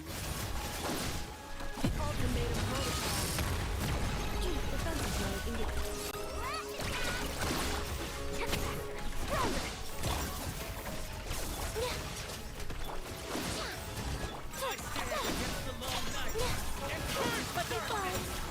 Dancing in the wind. Annihilation mode.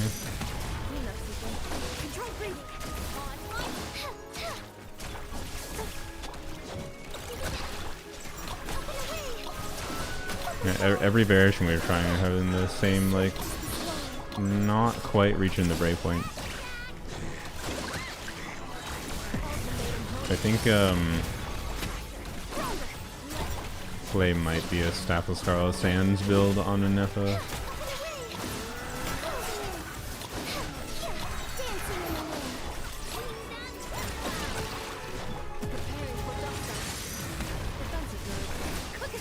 Oop, I did that a little early.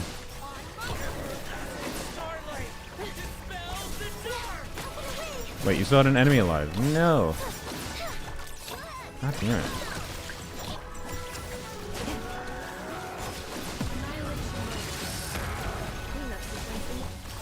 And this is a problem. This is a problem I face with Sigurd even in Abyss, where so the reason we're not like getting the gray bar going up like as fast as you would with like Nefer or Flint is because the gray bar mechanic for Sigurd, unlike the Wild Hunt normal enemies, only triggers based on like. Actually, this might be the same for the Wild Hunt enemies now I think about it, but I'm not 100% sure. But anyways, it only triggers when you use particular abilities. And in the case of this team, it's only triggering based on Ino's burst. It doesn't trigger based on Nefer's talent damage. No, it's not based on just lunar damage happening. If it was based on lunar damage happening, we'd be having it like if it was based on lunar damage happening, why the hell did we have that big of a gap? We wouldn't have that big of a gap. It would be doing gray bar maximum HP damage when we're doing all of Nefer's damage, and we're doing Nefer lunar talent damage every 2 seconds, right?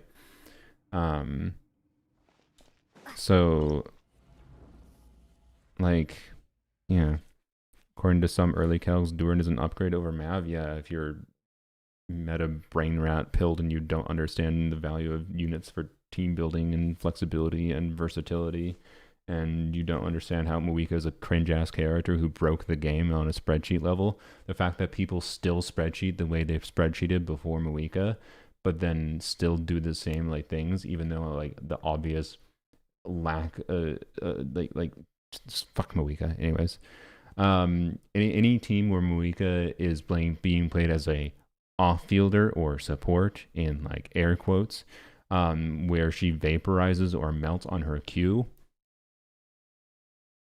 isn't real. No one actually wants to do that, in my opinion, because anyone that does that with an invested team knows it feels like you're just playing around Moika doing 10 billion damage on her Q activation, whereas it won't be like that with Durin. And Durin has damage that's diversified over time, and as a kit more intended from an off-field role, and you can match Moika essentially in those roles without making the team suddenly feel like it needs to be entirely optimized around the gameplay of melting your support's burst.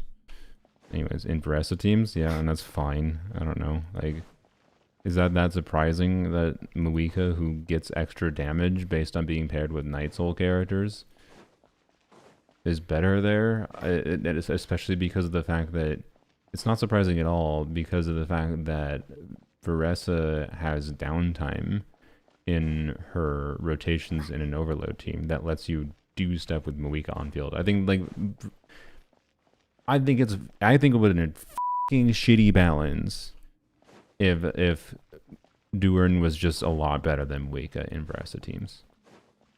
Like Moika should stay really good in Veresa teams, and it's one of the fun it's one of the fun contexts with actually bursting on Moika, that if I wasn't just annoyed with how they balance Moika in a more generalized sense, that specific team I think is interesting with the nuance of using Moika properly there. So, yeah. Anyways, and it helps balance your rotations, and when you have downtime in your skills and whatever with Veresa, you can do Moika field time. So yeah. Anyways, I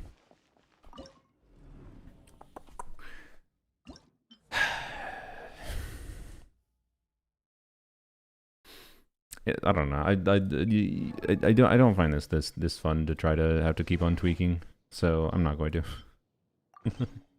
I don't like, I could continue to keep on like seeing how much I can push in Nefer's damage, but that's all we're really doing here, realistically.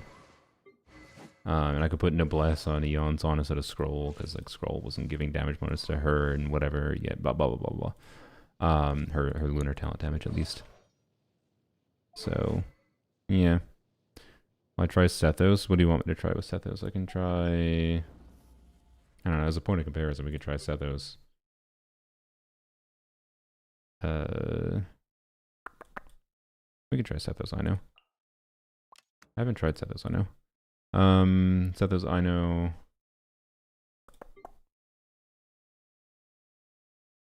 The one and only Sucrose. Sethos. I know Sucrose.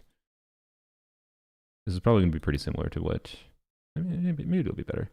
What? Probably pretty similar to what we were just doing. What do you want right now? Silk and Moon Serenade. Okay, I guess I'll leave you on Gilded Dreams for now. Sure, we'll leave you on the crit damage circlet. Alright. Sucrose. BP. Crap.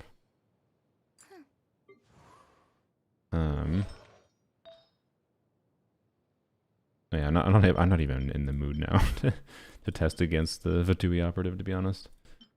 Not with all the obvious problems it has. I'm trying to remember what freaking. Yeah, I was using this. This. And then it goes on this. And that. Yep. Alright.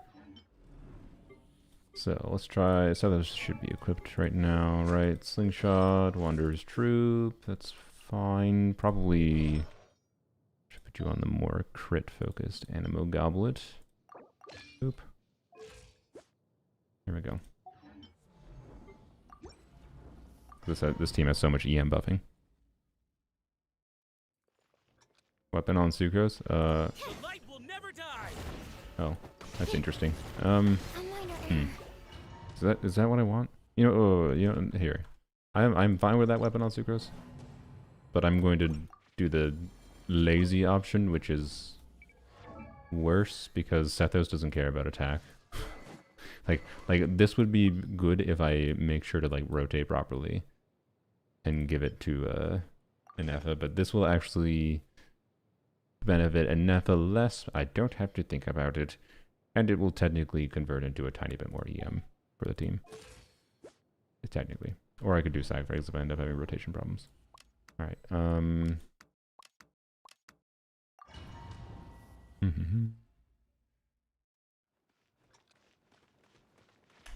light will never die. You know what I want to do? Get whacked immediately.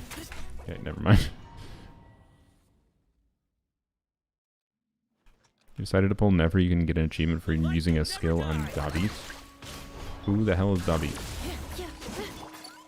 Why don't you have Electro on you?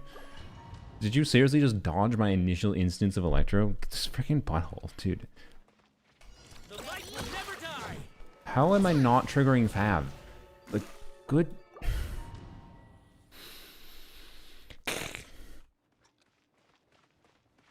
The light will never die. How do I... Are you actually effing with me? With that? Okay. Do this slightly differently. We're gonna do... The light will never die. that. Okay. Asshole, come here. Come here. Excuse me. I don't want to be too aggressive with Sethos until we get energy up properly. Way ahead. Behind you. Animal test 60. Defensive mode engaged.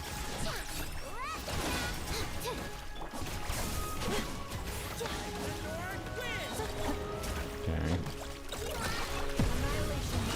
Well, this wasn't good. I should be using Sethos more, but it's fine.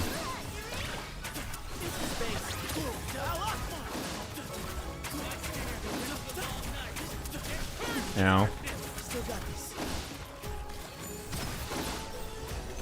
Why are you doing this? You just really dodged my skill. Oh my god, bruh. This enemy!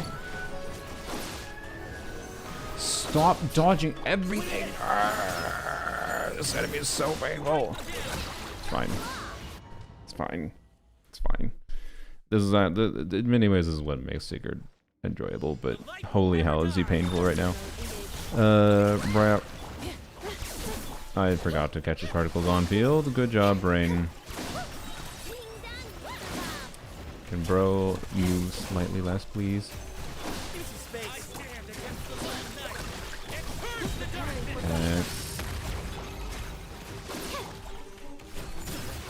Excuse me. Siege's wisdom.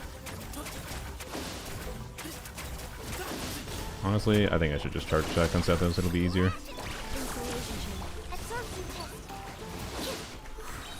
Okay, good. I miss. Okay, good job.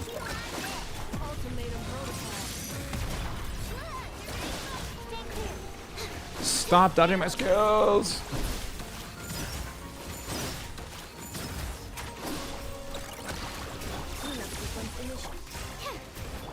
Excuse me.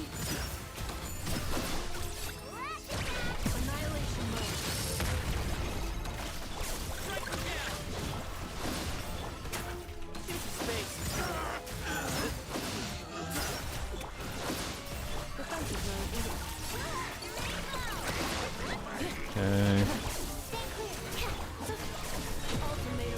Crap.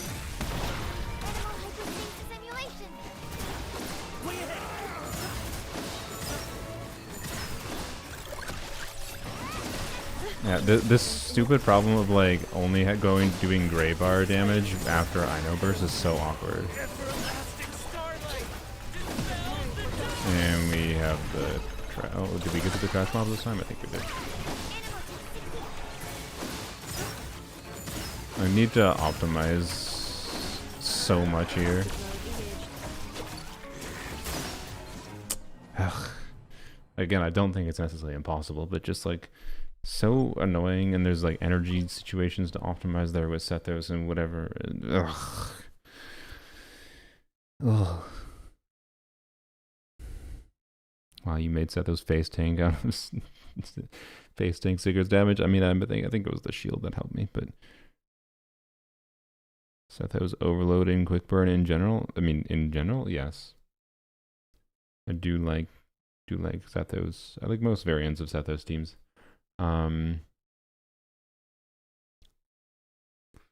Quick burn Sethos I think is a little tricksy though. Hasn't been my favorite because he applies so much electro that you tend to just prevent like something from burning from happening with the consistency, in my experience. Love the event weapon for Ino. I swear it's so comfy. I found it worse than Fab, but probably better in this circumstance because I'm stupid and I didn't properly balance her build. So yeah. Anyways, I think that's all I got in me for doing Lan Yan stuff for the time being. I do want to do some other things though for the stream. Oh, we have 20 resin. Okay, well we can do that quick. Reroll my Nefer goblet. Oh boy. Oh boy. Get ready. Get ready. Nope, wrong thing. So the goblet we're rerolling is, so we'll put Nefer active in the team. Brap.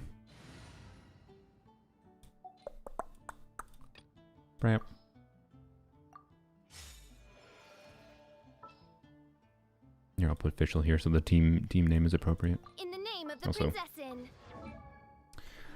Also, I should fix the Genshin Impact team building in 2025 where no off-field character has an ideal build ever. It's not impossible anymore, so you always just have to constantly swap artifacts every time you dare switch a different team. It's cool, it's great, it's fun.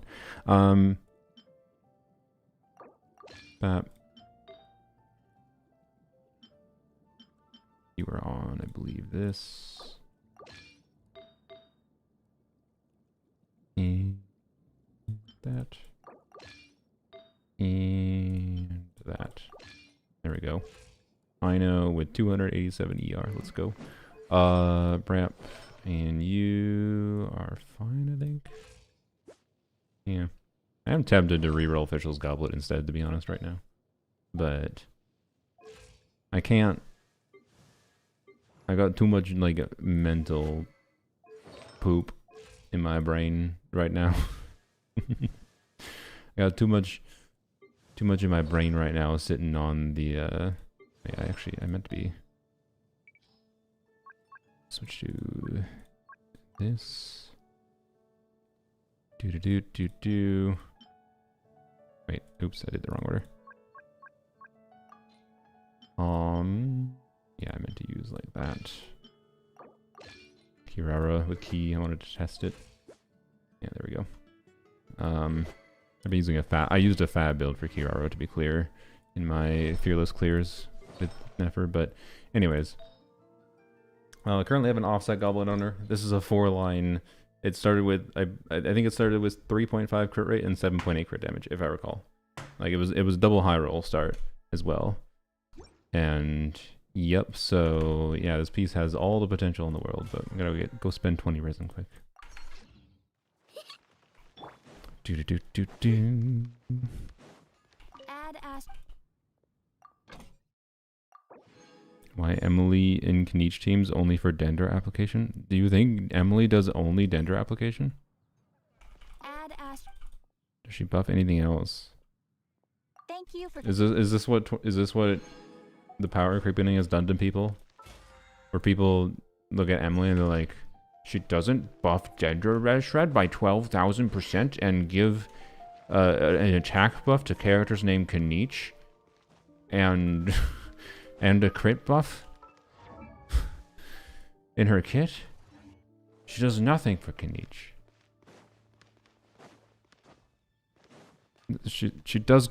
Emily does a bunch of damage, yo. But anyways, do you need her? No, like Lauma is such a broken ass buffer that Lauma being able to like hold Thrilling Tales of Dragon Slayers and then do Res Shred for Kniech is very good. And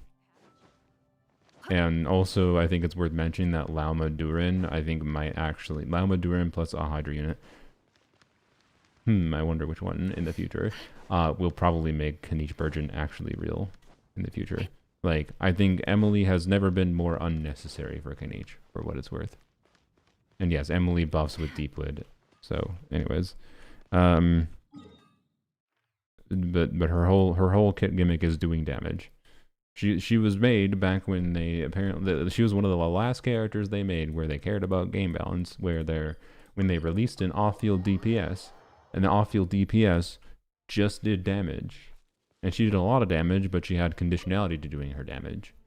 Like, nuance to her conditionality in a way that I think is really fun. I don't feel like having a full-on breakdown of her kit or anything. But, you know. Anyways. Yeah, she does damage. She does good damage. I used her, you can't see my battle record here, but I used her for the first 2 Stygians to do dire clears. With her weapon, mind you. And I do think she is a meaningfully different character to use with and without her weapon.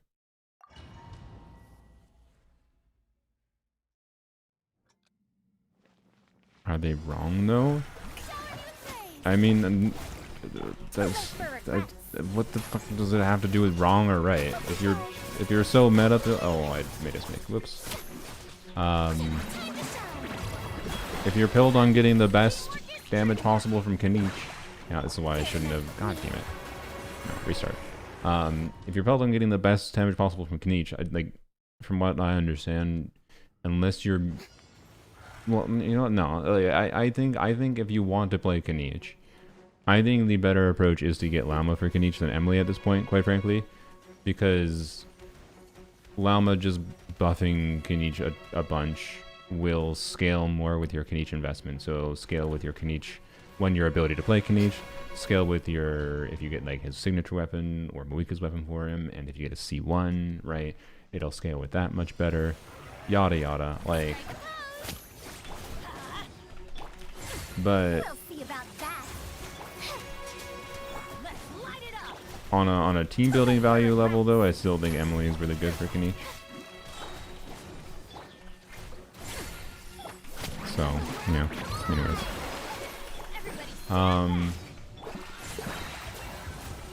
Ears of the storm. Like, I don't disagree on the level that she's a lower value pull. But Farina's a low value pull nowadays on that same evaluation, right? If we're going to evaluate Emily with Kanich like that, then you shouldn't be pulling Farina either. People are much more trepidatious. They're okay. People are much more trepidatious about saying, "Oh, we don't recommend pulling Farina anymore," because people love Farina. That's why. Where people don't care about Emily because she has zero presence in the game. She's a fake character. She doesn't actually exist in the story, right? But you won't see many people taking a strong stance on you shouldn't pull Farina anymore. I don't believe that strongly because that's not how I consider the value of team building, right? But if you are someone who thinks Emily is valueless for Kanich now, then you should also think Farina is extremely low value. Like I bet Zajeff would agree with that statement. So that's fine. That's how you enjoyed the game, right? One more wish for Lanyan. How exciting. And a Lanyan here. Nope. God, it would be such a godsend to get a random standard banner Lanyan before the Lanyan banner comes. Anyways, Kanich, Emily, Duran, Bennett, Ulama be a better for team DPS here.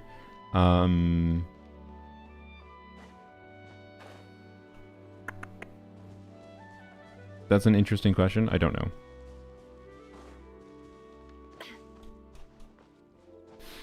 I feel like I haven't thought meaningfully about Duran's effect for Kanich to know for sure. I imagine Llama isn't better there because of the fact that my intuition is Llama is meaningfully less valuable for Kanich with Duran and Emily together, because Duran's gonna buff Emily and Kanich, and stacking additional, you already have Deepwood Red Shred, and then you have Duran's 20% Red Shred. The additional 25% Red Shred from Llama isn't useless, but it isn't like super valuable. So, and then you have the team diversified more into Emily and Duran damage and Kanich damage. So, I don't know. Again, I think it depends on your, for a C0 no 5-star weapon Kanich, almost assuredly I think Emily Duran better. But it's going to depend on your investment a little bit on Kanich and whatever. Anyways, enough yapping, sorry. Claim that feather, and then, oh boy feathers. Oh boy feathers. And my dream goblet for Nefer. Oh boy. In some ways I should maybe reroll her circlet still. But this goblet has so much potential.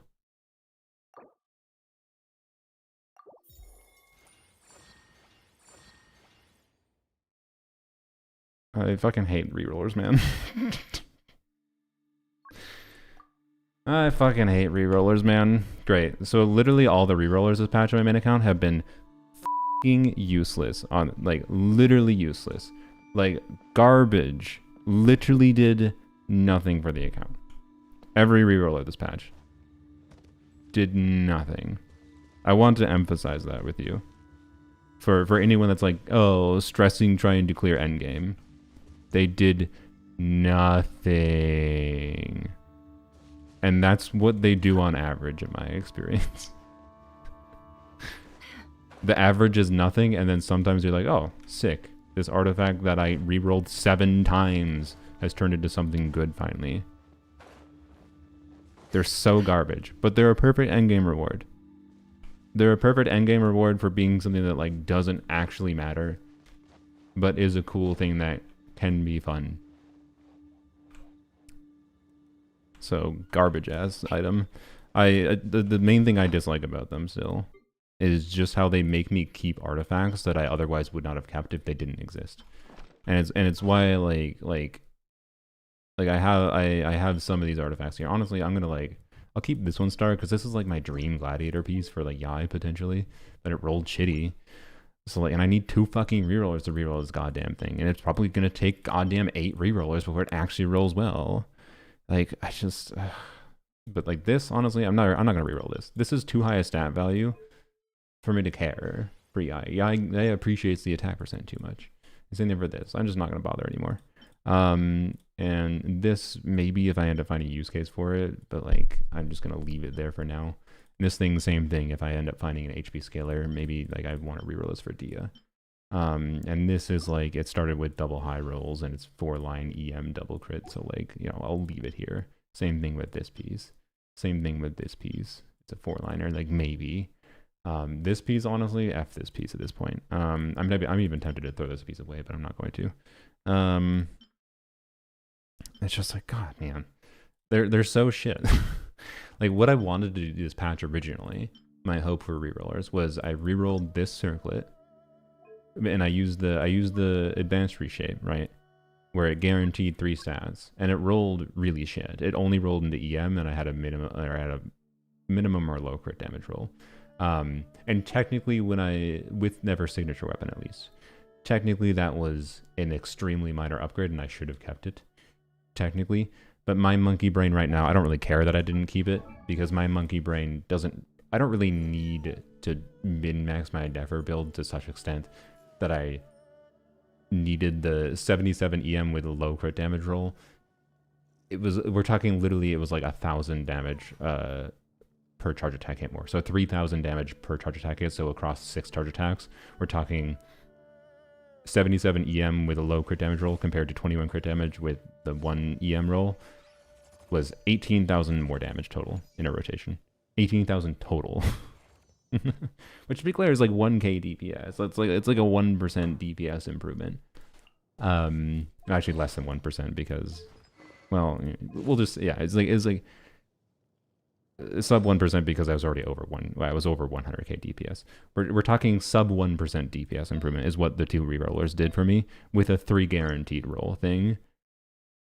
And but my monkey brain was rerolling because my monkey brain would like to get 300 crit damage on a character that actually makes sense to try to aim for 300 crit damage on. Not necessarily makes sense. You don't need to hit 300 crit damage. Don't get too focused on 300 crit damage. That's not what I'm saying. My monkey brain wants to hit it because I can, because it makes sense for my artifacts I have right now. It's possible. But like, man, it's active. The rerollers have actively made it less fun to do things. So to try to optimize builds and whatever. And it's more often than not, they haven't had 0 effect compared to elixirs, which can help you complete builds earlier and whatever.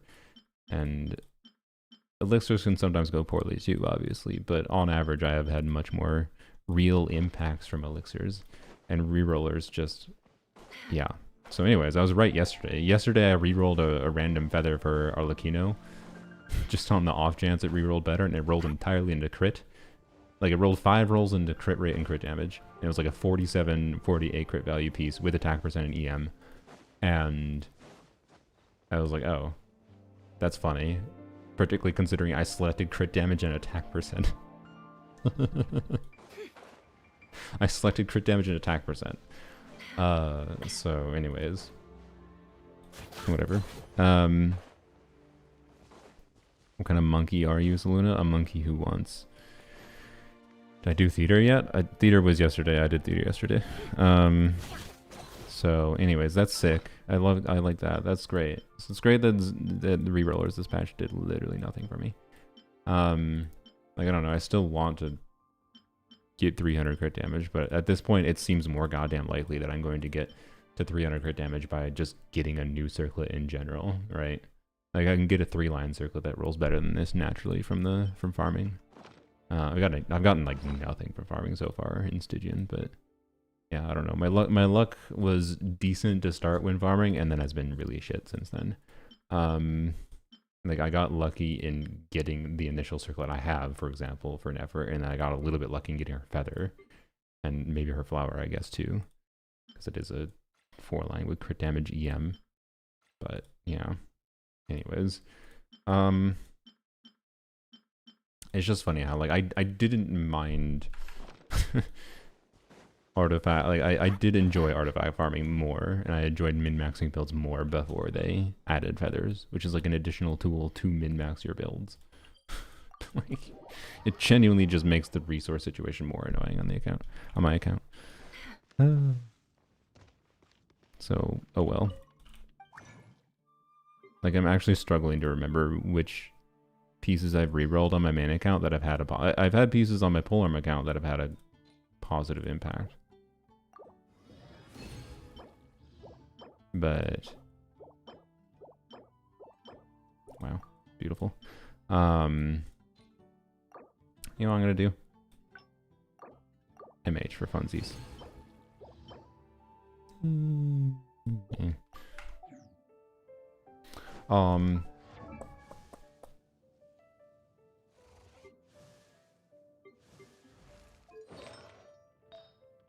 This wasn't reroll. This was just an elixir piece without rerolling.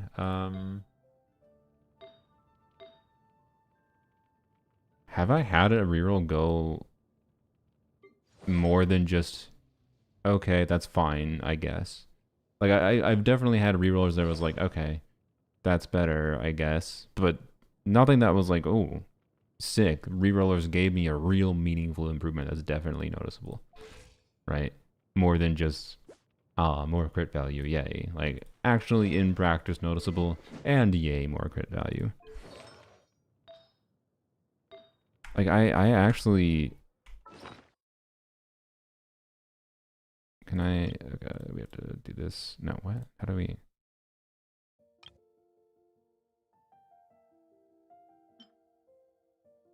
Okay. Oh, it's because... Yeah, sorry. Bap. Bap. And then max level. Trying to, like, peek through pieces and trying to remember things. Oh, I forgot for Skirk. Yeah. I don't remember if this was a reroll. That one might have been a reroll for Skirk. So that one might have been one of the ones that has a positive impact, but also, I don't know if you noticed, but they're not equipped to Skirk right now. Because Skirk was meaningfully better on 4-piece MH than she was on this set in the current Stygian. This was not a reroll. That was not a reroll. I did try to reroll. This was a reroll circlet, but this was an example of a reroll circlet for Skirk where, like, I was like, okay, it's an improvement. Yay, I appreciate it. It's something. Like, I'll take it. Yeah, one of these might have been a reroll. I don't remember though for sure.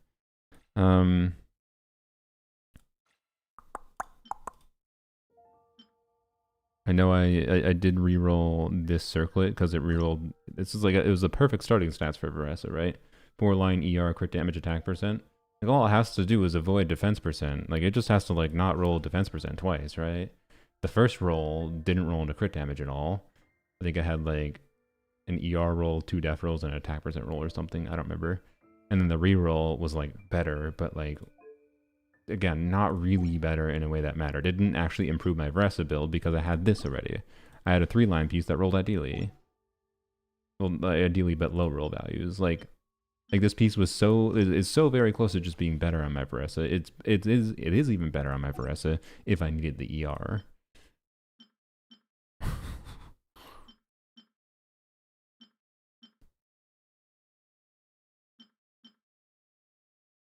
Should tell you if you rerolled it. Yeah, I wish it did. Like, honestly, I really don't like that. I have these 2 stupid circlets, and, like, I feel like I can get rid of one of these. Like, do I really need this? Can I just switch my Varessa build to something else? Switch my Varessa build to this circlet. It's like, I like this circlet more. It still looks nicer with the def rolls than this piece. tiny bit less crit damage, but whoop-de-doo. And then maybe because it has ER, I switch to a different goblet. Maybe that's the play. This is the same crit damage, more crit rate, less attack percent, no ER. You use the Clarin goblet. I could go look at Clarin. I haven't looked at Clarin on a Whimsy build since I farmed Whimsy a little bit again. I go look at Clarin on a Whimsy build. Put this on Varessa. Keep that. We'll see about the feather. Vivid Notions. It's like not enough crit rate, but I have feathers to make up for that. That's fine. I think I should just be fine with that. Get some XP back, and I can like, yeah, at least recover some XP. Because that's the problem, right? Is the rerollers keep on making me keep pieces that could be XP, right? Oh yeah, I rerolled the goblet for Skirk. That's true. I did another Skirk piece. Look! I rerolled a goblet for Skirk, guys. It rerolled so well. Except actually, LOL, it's not that goblet. It's a different goblet. It's, where is it? It's this goblet, which did reroll really well. You know, don't get me wrong, it rerolled really well. But I'm not using it on her right now because in the team I was using, I found attack goblet a lot better.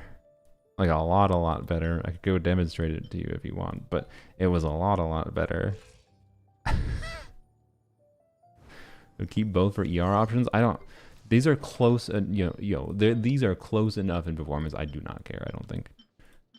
I don't care. And I'm not going back to the domain to farm more to like try to compete with Jeff for #1 Varessa. No. I have good enough artifacts at this point. Honestly, this piece can go away too. There's no reality where, yes, I know it's a 4-line, but 4-line double min roll when I have this and these two, like the game pooped good feathers on me in this set. I don't need that piece. I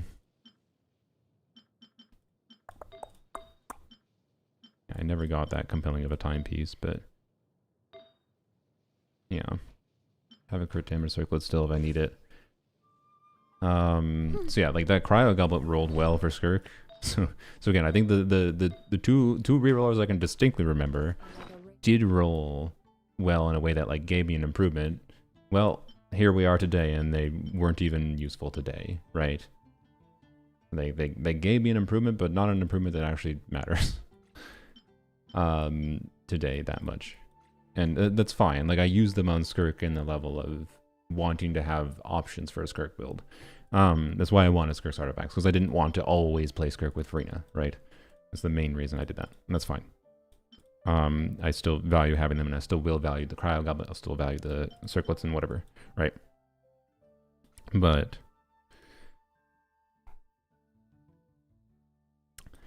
I don't know if there's any other pieces that have been rerolled that had a meaningful effect.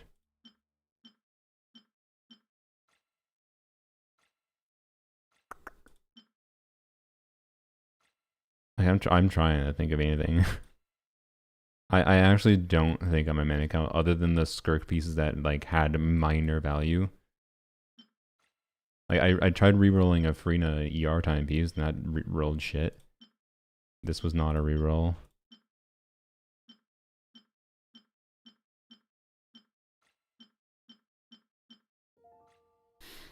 Like on pole arms only, I have had rerolls go well.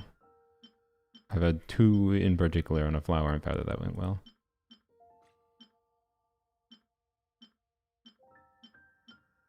And like I'll keep coping. I'll keep coping on rerolling this goblet for Nefer because I like Nefer a lot. Because I like Nefer a lot, and I am sunk cost fallacying in that I spent 4 elixirs on that goblet and I want it to be good. But yeah. I actually don't think they're, and like that wasn't a reroll. That was, yeah. Like elixirs have given me plenty of value. Torrent that surges through the mine. But I don't know. if in someday I can get this to turn into, you know, a god tier piece, maybe I'll whinge a little bit less on rerollers, but like I've used a lot of rerollers on this account and gotten almost no value from them. Almost no value from them. Golden True Official's best set still? I mean, yes. Not in this team context, though. Because in this team context, you want Instructors, you want Deepwood, and you want Serenade, and I think Official makes the most sense in Serenade. Also, Serenade is kind of really nice on her for giving her some ER, because Official ER matters quite a lot in Stygian, I would say. But anyways, that's just me. Yeah, as far as like pieces on my account that have the most, the highest like statistical chance of being, reroll worthy for giving me actual improvements to builds. This piece, both potentially for Official, or notably for a Nefer, I would not mind because this is like the perfect baseline. Even though it's a 3-liner, it's the perfect baseline stats. This piece, if they release it in a unit that scales on HP that also wants double crit, is a 4-liner, so like has high potential, and you know it's cheaper to reroll Flowers and Feathers. This piece and this piece realistically aren't worth it to reroll at this point, but I'm still going to. And then this piece is worth it to reroll because it's a 4-liner. It doesn't look like it. It's a 4-liner that a reroll would guarantee at least 2 crit rolls. Like it's hard to imagine a reroll making this piece worse, right? Like even if I lose an ER roll, it would be losing an ER roll to keep the same attack, right? So I would get an additional crit roll, keep the same amount of attack, and gain whatever, right? So like rerolling this is something I probably already should have done, and it couldn't really go badly. This one though is like a crapshoot. Like there's no actual direct need I have for this immediately, because the main character that makes sense for me to use it on is Hybrid Raiden, and Hybrid Raiden wants some ER, so it would have to change the other artifacts I use on her in a way that like would be kind of awkward and maybe make it not actually worthwhile, but it's going to stay here starred as a potential in the future because it's too good at baseline stats to not consider in the future. And then this piece I got relatively recently in farming bosses, I believe, for Nefer, and is 4-line with perfect starting stats. I think it might have had a low crit damage roll, but I don't remember. But I know it had a high EM roll and it has max crit rate roll, so like same thing. Like one reroll on this guarantees at least an additional crit roll. Hopefully it doesn't, but if it does, if it goes, you know, 1 crit rate roll, 1 crit damage roll, and then 3 times into flat defense, then that's not an upgrade, right? Like this is the kind of piece I would love to be able to use on Yai, most likely as a 2-piece combo piece. Or it could even be a Lan Yan piece, but she has ER needs, so or it could be a Chlorine piece, or it could be an Arlecchino piece, right? That could be a lot of character pieces, so like that piece has value. Like there is value to the rerollers existing. Like they're not a negative thing technically. They just make it so annoying to factor in what makes sense to keep and what makes sense to consider rerolling. And the fact of the matter is, you get more artifacts worth considering rerolling than they give rerollers, relative to the chance that rerollers actually have to improving the quality of said artifacts. Right. Sounds like a hoarding problem. I do not hoard artifacts. I regularly go through my artifacts and will, like, the kinds of artifacts that I have thrown away in my account would make people cry sometimes. Like you want to know an artifact, Yashi? Oh, I'll just say it. Here's the next artifact that will probably make you sad that I'm probably gonna throw away. I guess I don't know why freaking you have it equipped, but frickin', I think I'm gonna throw away this piece. I think I'm never gonna use this piece. So it gets unlocked. Yeah. Like this is the kind of piece I would consider throwing away. Why? Because I have better off pieces. It's a shitty set that will never be relevant as an on-set piece. Can't throw away a symmetrical piece? That's fair, honestly. Symmetrical pieces are kind of nice to have. Like, I'm not going to throw it immediately, I guess. But I'm going to leave it unlocked for now. Hopefully I can, like, just get surplus XP so I don't have to throw away this kind of piece. The people that have hoarding problems are the people that, you know, have... that go and spend 30 minutes a day doing optimized artifact farming routes. And have so much... And they've done that for 3 years, so they have so much surplus XP that they just don't need to throw away any artifact. But no, like, I've always, like, gone through my inventory and, like, culled pieces that I'm just like... Alright, try to imagine all the hypothetical scenarios I might actually use this piece. This piece, there's no actual scenario I think I could actually use it at this point. I can't fathom why I would bother. Right? Because I have better off pieces. And its only value is it's symmetrical and nice looking. Con is your skirks, C1. Not if you try. Razor's best set after 6.2. The artifact set coming out in version 6.3 or version 6.4. You think I'm joking, but mark my words, it's gonna happen. Don't stress your damn Razor build until we see when or if they are releasing a new artifact set. Two piece. Whatever gives you the best combination of substat quality. His options for 4-piece bonuses, his options for 2-piece bonuses, they're all close enough. It's going to be down to substat quality for every player, basically. So, anyways, Noblesse the best set for Durin for the new sets on a generic level, probably yes, because he always wants to burst, and it gives attack percent. It gives more than 2-piece does for his damage alone. So as long as you don't have anyone else on Noblesse, that makes more sense to put on Noblesse than Durin.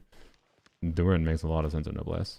And Durin be doing as much damage as he deals while doing some buffing if you have him as his slightly lower damage, higher application, more buffing mode, which is generally speaking better on a generic level unless you're designing a team specifically around his dark mode, where he does more damage and buffs less.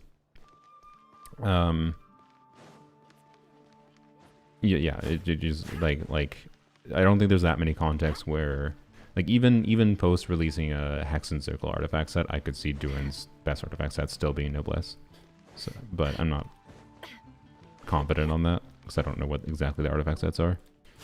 We don't know if they will do a support Hex and Circle set and a on-field DPS Hex and Circle set. Planning Mona charge attack shenanigans after the buffs. Yeah, that's part of what I've been preparing for a little bit. Actually, you know what? I'm even willing to do this. Yep. I got the Mora right now. How many of these do I have? I can craft 7. Burst, I think I need to level up once. Yeah, I need to level the burst once to max the damage bonus. Maybe to max, I don't know. How much does the illusory bubble damage matter? I mean, it matters a little bit. Like, you don't get any damage bonus further past level 10, so it's not super worth it. I think my plan is to level 10 this, which I guess I may as well just try to do right now. This can stay at level 6 because it does not enough damage. So yeah, I think I'll crown this, get this to level 10. That's the plan.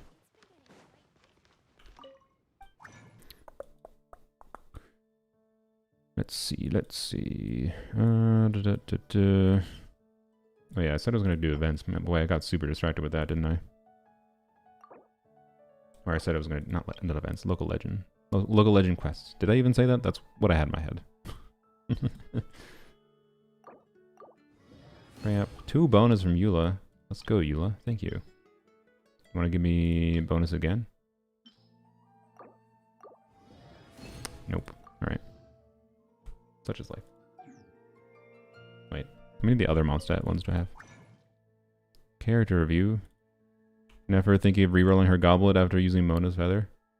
And using Mona's Feather. Oh, I see. Sorry. Well, I mean, were you here for the whole reroller, Yap Aqua? Because I had all the plans in the world to make use of rerollers this patch, and both of them went shit. So, whatever your hopes are, dash them. That's my vibe right now. But I don't know. We'll see. Because ultimately, like, if you're rerollers, if you aren't rerolling an artifact that has only one valuable roll, like if it's a double crit 4-liner that only has 1 crit roll, right? You're not guaranteed to get any additional value from the rerollers, generally speaking, unless you have a decree reshape or whatever, right? Or advanced reshape. Anyways, reroll her goblet, EM goblet. Yeah, like this. you've already got like it's slightly low roll values in the crit damage and whatever, but I'm assuming it was low starting stat. Like the chance, even if you had like for you, there's no difference with using decree versus advanced reshape. So you're always just like for your goblet to be an improvement, you're in a really terrible circumstance. Like rerolling this just doesn't make sense. Like this is the kind of thing that I think you gotta just give up on rerolling this, unless you're so lost in the min-maxing mines that you're completely fine with wasting the potential of using a reroller on something that could actually have a meaningful chance of an improvement, right? Because what you need for an improvement on this, right, is to get all crit rolls. So you need to win if it. We're gonna ignore roll variation. We're just gonna assume because 13.2 times 2 plus 11.7 is 38.1. Divide that by 6. Yeah, you have very average rolls. It's an average of 6.35, which is very average, which is good. Anytime your crit rolls are at least average, I'm happy with. If you get effed by like 5 min rolls, that's a pain in the ass, and it just is pain, and it sucks, and no one likes it. So, anyways, sorry, I'm looking at text messages that I got about cats. I was double checking. I gotta clear out my notifications on my phone. I wasn't sure when I was looking at them. So opening my calculator. So anyways, 0.5%. We'll assume average rolls, right? We'll assume you don't get effed over by getting 5 minimum crit rate rolls, right? And assume. Also, yeah, in your circumstance, you have a really nice amount of crit rate with Llama right now. You're at 97% crit rate with 303.3 base crit damage, which is also a really satisfying amount. So honestly, why bother? I think the only thing that could actually meaningfully result in an improvement in your build is if you get a circlet with EM stats or more EM substats in your flower, feather, circlet, whatever. Because your timepiece is too good for a chance to be meaningfully better. Like I think the way you improve your Nefer build at this point is EM substats, in my opinion. But for the sake of the exercise, let's go. So it's a 50-50. Flip a coin. Like if you flip a quarter, whatever coin in your area of the world, flip a coin and keep flipping it until you get heads 5 times in a row. Right? That's what this is. So it's 0.5 times 0.5 times 0.5 times 0.5 times 0.5. That is a 0.03%. Sorry, not a 0.03. That is a 3% chance. 3.1. A 3% chance. There's a 3% chance that if you use a reroller on your goblet, it will be better. If he shows the better feather, you'll see. So is I can't use that goblet or I overcap with the better feather. I see. What is the goblet you actually want? Wait, sorry, I may be missing. My brain is stupid. Where's your Mona? Oh, I see. Okay, so that's what you're saying is re-rolling so you can get more crit damage rolls. 1, 2, 3, 4, 5 roll value, but this is a 4-line, right? 1, 2, 3, 4. No, it's only a 3-liner. Okay. 1, 2, 3, 4. This is also a 3-liner. I mean, it's 1, 2, 3, 4, 5, 6, 7 lines of value. Oops, misclicks. Versus 1, 2, 3, 4, 5. Like it's got 2 more lines of value. I get it. So like in that context, it's even harder though, because what you're asking for is, so we can remove one of the 50-50s, right? We can assume we want just one 50-50, or we want 4 50-50s when or 3. And maybe even 3 50-50s when 1 will be fine, because but it's not 3 50-50s anymore. Let's say you get 3 average rolls into crit damage on top of the base. So we're talking 6.3 times 4. So that means it rolls at least 25 crit damage. And then, you know, the 2 other rolls are bad. So we're going to assume like it starts with 3.9 crit rate. That would be a circumstance if it goes 3.9, if it has whatever 3.9 crit rate to start, base crit rate, and then 25 crit damage. That's a circumstance. Okay, you lost 10% crit rate, and you switch to that feather, right? So that makes sense. So then we do that math then, right? What's the chance that this rolls 3 times into crit damage specifically? Well, it's 3 out of 5, and each chance has you can't select specifically crit damage for the guaranteed rolls, right? So it's just going to be a 25% chance each time, but you have 5 total chances for it. So the math is a little bit harder than. So I'm going to napkin math it because my brain can't remember how to properly do that off the top of my head. An estimation is good enough. So it's not as bad as just 0.25 times 0.25 by 0.25, right? 0.25 by 0.25 to the power of 3 is only a 1.6% chance.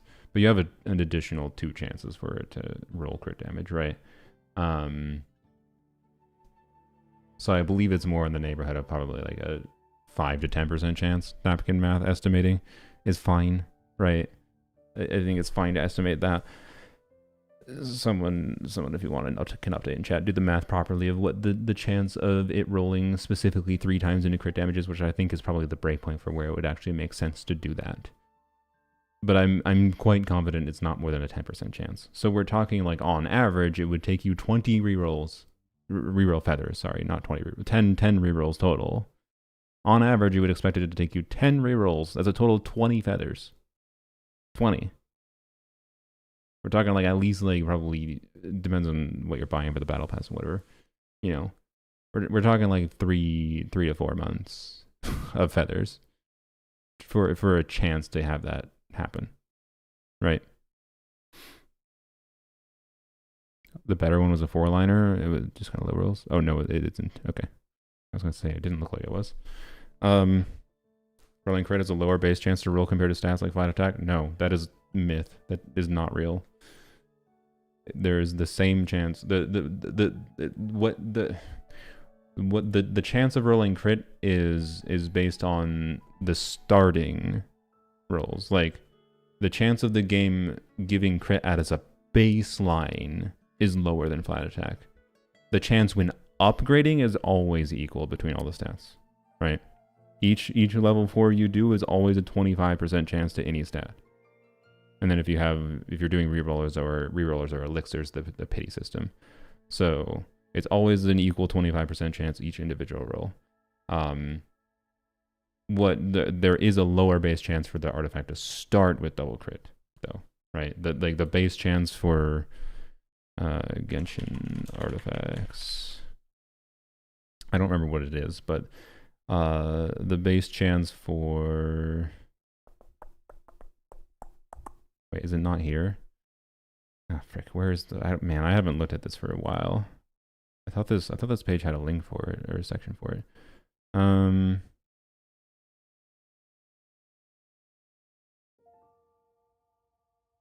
that's sets. I didn't want sets, I want stats.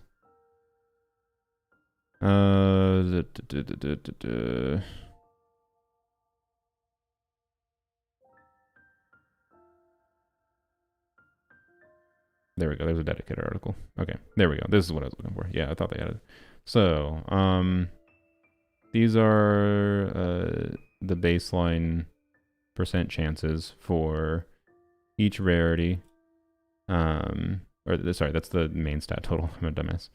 That's not the chance. This is the main affix stat. Main affix is possible substat values. So by the way, yeah, in case you weren't aware of like, yeah, crit values, 7.8 crit damage is actually 7.77. And that's why you have weird things like when you get to 5.4 crit damage rolls, it rounds up to 10.9 because technically it's 10.88 and it rounds up. But anyways, the exact value is actually that, because why not make things more weird? I mean, well, there's a reason for it. It's because they're following significant figures, and that's fine. I understand why they did it. Anyways, I'm just complaining for no reason. This is not all. This is still not the page I wanted, actually, by the way. Oh, frick, they have it somewhere. Distribution. Yeah, there we go. There we go. This is where it is. Okay, so this is what I was looking for. So obviously, so here's the main stat distribution. So this is where, you know, like elemental mastery goblet is any individual goblet you see, like before you click on it, any individual goblet has a chance of being, you know, 2.5%, right?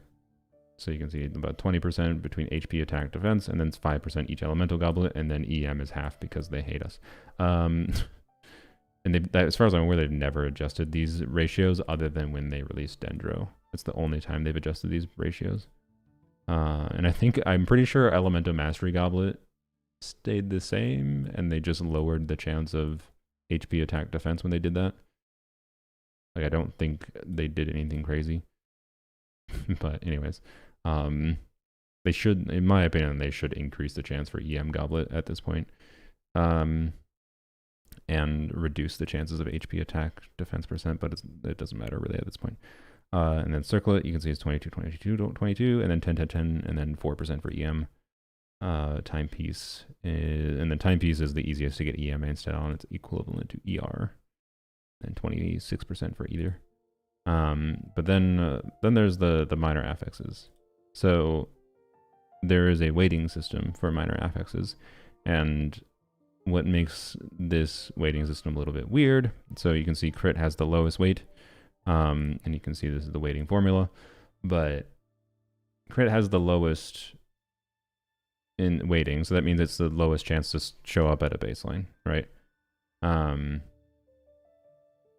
then, and this is what I was talking about here with the upgrades of minor affixes.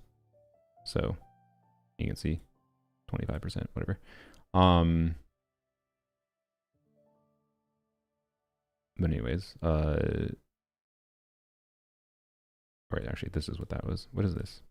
FX value. Oh, this is I think this is the roll variation, I believe.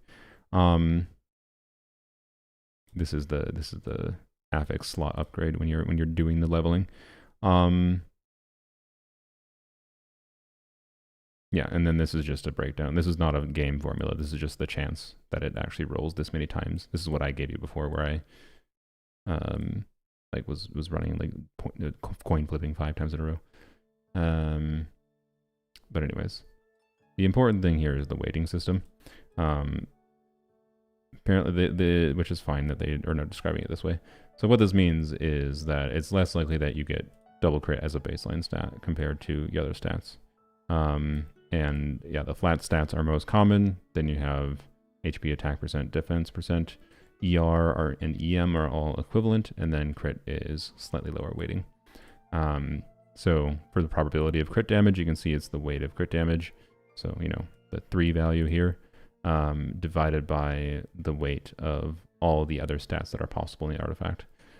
So if you're going to calculate the chance you need of crit damage on an individual artifact, you need to look at, you need to double check, because remember, you need to remove like HP, flat HP does not show up on a flower, for example, right? So that's why like crit is more likely to show up technically on a flower and feather, because flat attack and flat HP cannot show up on a flower and feather, and double crit is more rare on the other pieces. Anyway, so the probability of crit damage being one of this is the probability for one of the 4, right? And it does this 4 times sequentially. So the weight and chance of crit changes depending on what the other stats were. So like each roll has a different amount of weighting. So this is the probability of just like the first stat being crit damage before you remove it. Remove the other stats that it rolls, right? So that's why, anyways, it's a weighting formula. It's relatively simple. It seems complicated, but it means the actual chance of rolling, having crit at a baseline is lower, but it doesn't actually matter after you get it. So it's important if you want to wanted to run simulations on how long it would take you to get like your perfect artifact from domain farming or whatever. But that doesn't really matter anymore because you have elixirs, which elixirs just bypass the weighting system, right? So, yeah. Whale loves to overcomplicate things. That's not overcomplicated. That's a pretty elegant solution for an RNG substat system. Not that I think everything is perfect about artifacts, but this is a fairly elegant way to do it. Like there's 3 weighting values. Like what's the HSR relics weights To welcome our clients, of course. stats? Kitty's gotta earn his kibble somehow.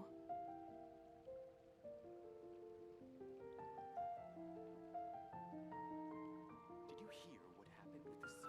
Ancient alchemy truly is fascinating. Where's the weighting? Oh, there it is. Yeah. How can I help you? So compared to Star Rail has a weight of 10.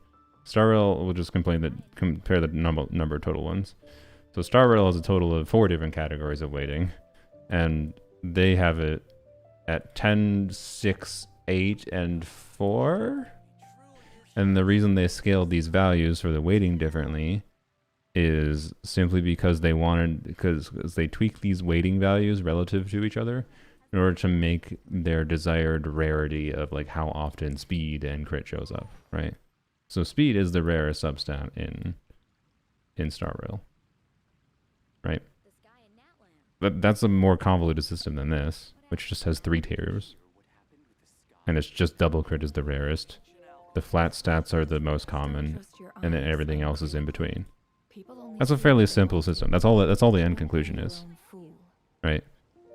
What overcomplicates the system is the stupid ass is this shit for the base chance of the main stat. So God forbid you want to naturally get a Yem goblet from the domain that also has double crit for Nefer.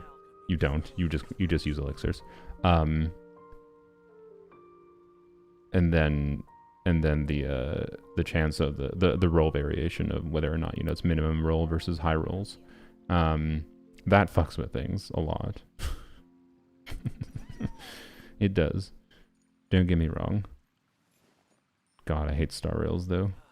Star Rail's so stupid because Star Rail has very significant breakpoints in stats mattering many times. Or it used to. I've heard that it's not as bad. Like one of the stupidest examples of Star Rail's substat value variation is how speed in Star Rail only ever shows up as 2 when you get it initially, but speed, I believe it only shows as 2, right?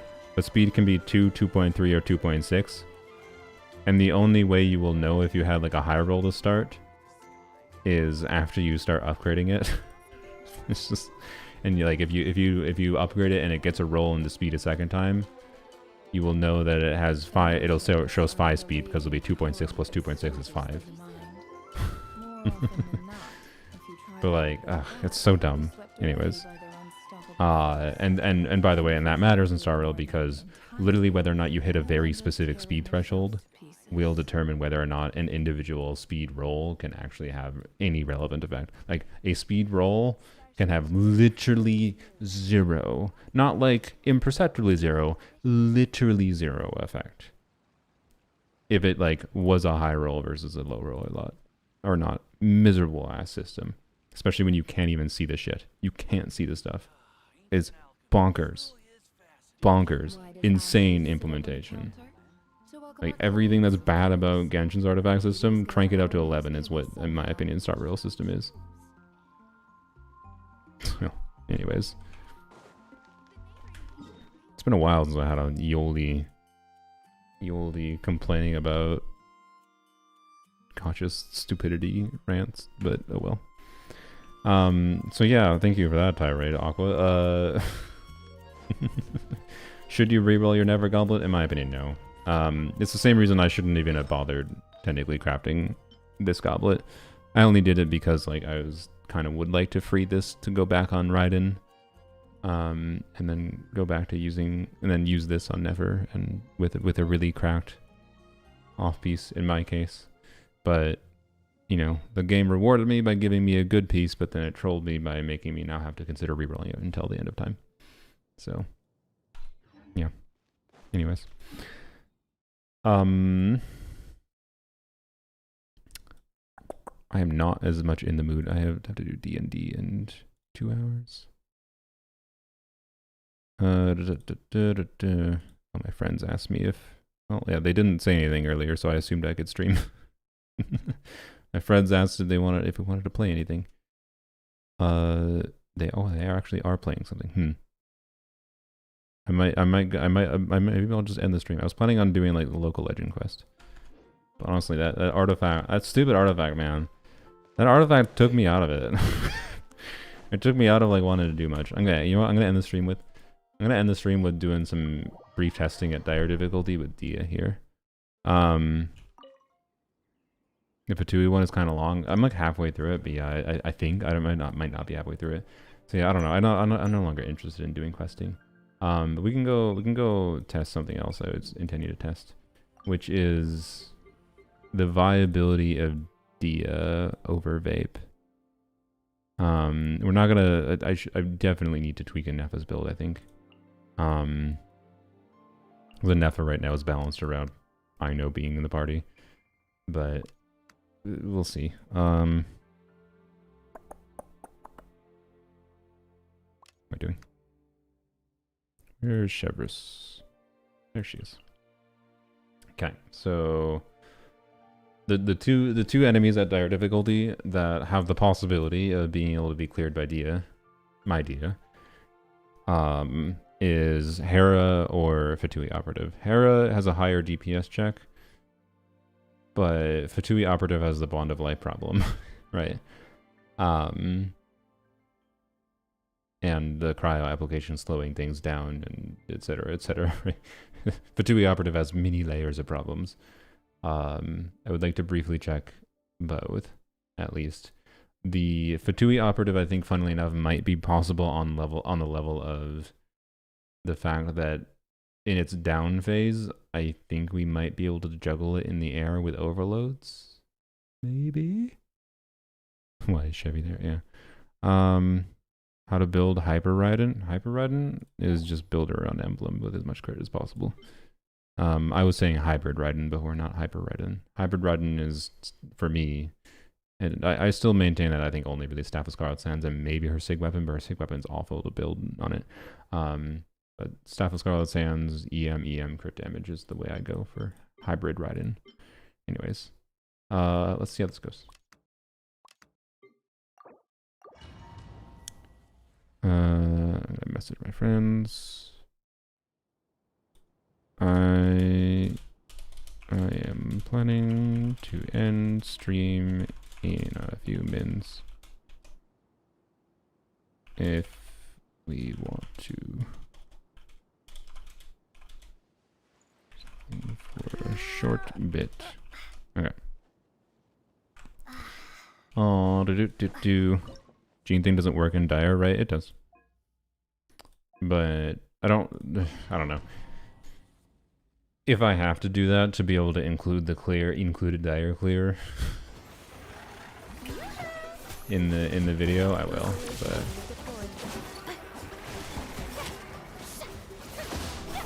I need energy. Okay, oops, I wasn't thinking of the meter.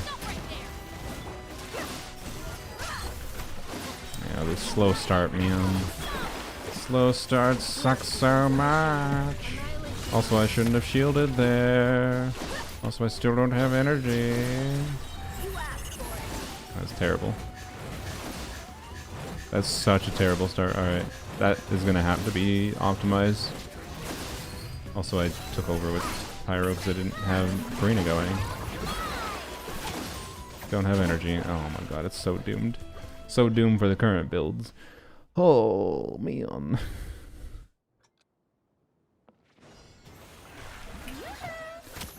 Okay, we're gonna ignore that. Okay. That. Okay. We're gonna ignore energy problems initially here. We're just gonna like just get energy. I'll worry about optimizing the builds. Okay, there we go. That. That.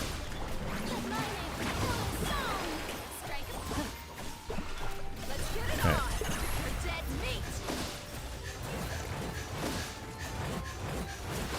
Not ideal for fanfare. We should be doing a bit more damage than that. If I did.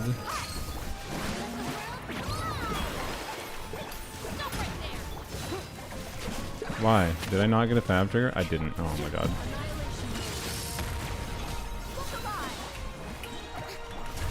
Oh, that was terrible.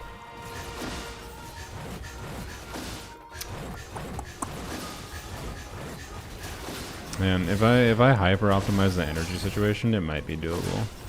I know it doesn't seem like it, but that's what people said when I tried to do Dia on Dire with the cactus man. It's borderline. Don't get me wrong. Also, you have pyro immunity. It's borderline. Don't get me wrong. But this is pre-optimizing builds, pre-optimizing energy situation for the start.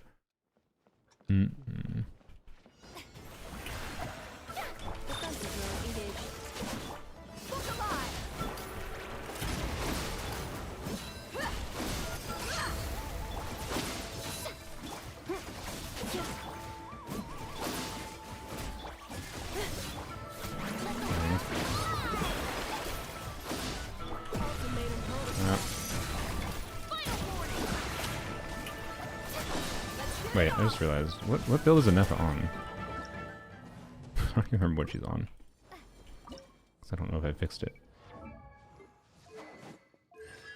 Oops. Ah, frick. Yeah, it's not even the build I like to use. That explains why the damage is a little bit lower than expected. Okay, we're gonna go to the build I actually like. The one I'm more used to, at least, more specifically. Pap. Okay. What's it using? I think that. Yeah.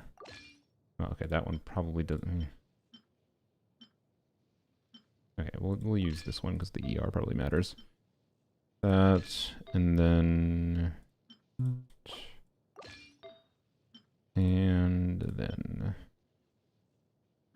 that. There we go.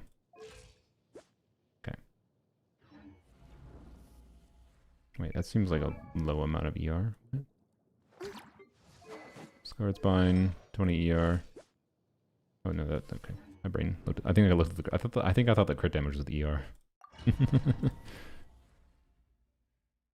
Skirk versus Lightkeeper. My Skirk can clear Lightkeeper at Dire without insane play. I did see. I did see someone do like a C0 Skirk clear against Sigurd at Dire, if I recall. Which is bonkers, by the way. Or no, sorry, I think, was it Hera? No, it was Hera. Sorry, it was Hera, not Sigurd. I can do it, but it would take me some optimization. Crap. Okay. Do this. Do this. Yeah. You got pyro immunity, bruh.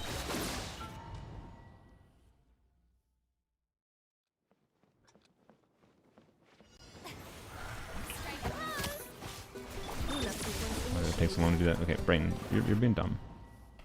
Do an Nefer skill right away because it doesn't even generate skills particles on cast. Do that, right? And then do this. Oops, don't forget to do that. Oh, I just wasted fat particles. Okay.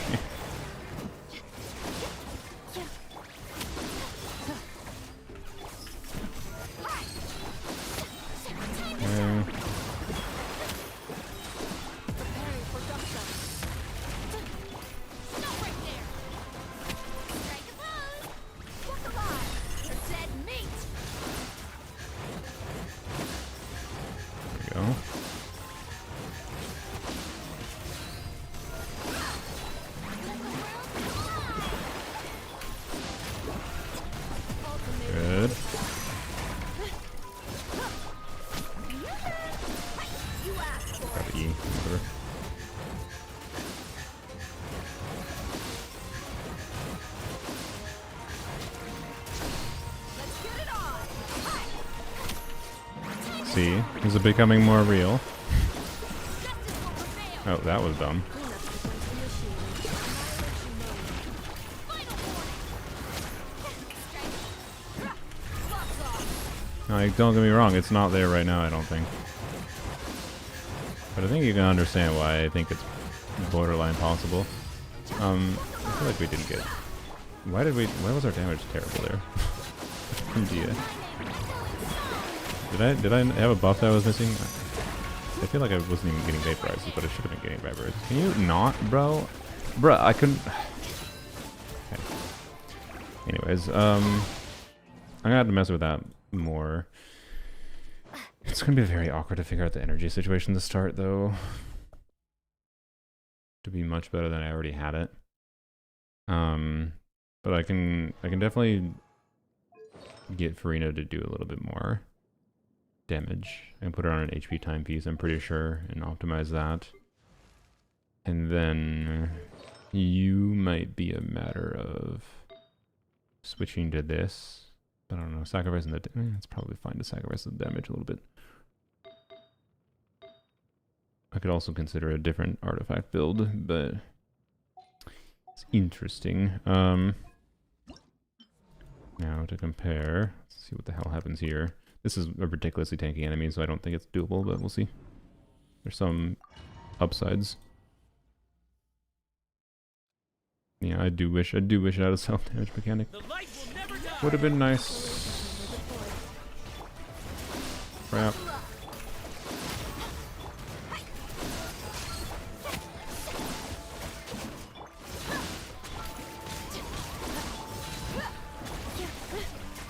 Here goes. Oh boy.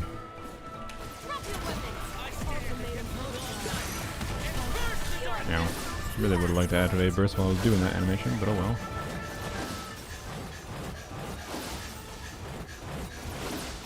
We overtook with Pyro. God damn it, man.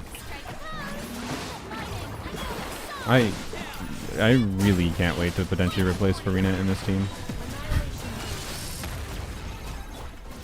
I will be a sad boy if Columbina does not replace Farina here. Okay. God damn it. Should probably factor things more. Anyways, obviously this is not clearing, and that's fine. Like it's obvious. I don't think there's any way I clear it. 16 million HP enemy, which is expected. The hair is more theoretically doable with optimizing the setup and optimization in whatever phases. And then this one's a weirdo too. In that I don't know exactly the value Farina is going to be providing as much here.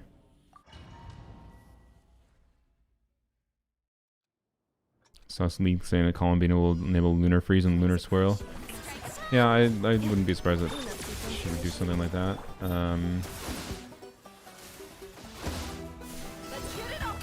For me, it's a question of yeah. See, this is like a because of no favs, I need to like consider doing the route of I don't know. I just need to see what the damage is after I get my abilities up to get a vibe of it.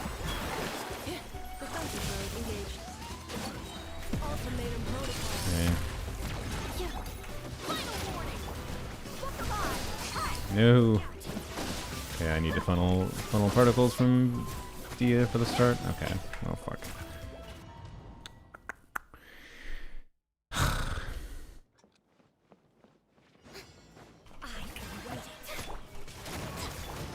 Damn it, I really wanted to trigger Fav. Oh,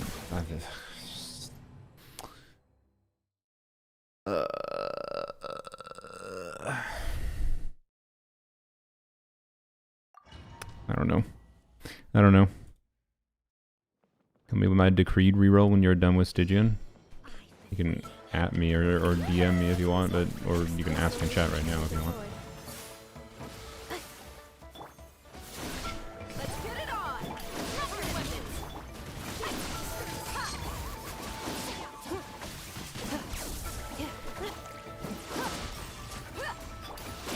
By the way, Dia's coordinated attack doesn't trigger here, so we're not getting energy from Dia.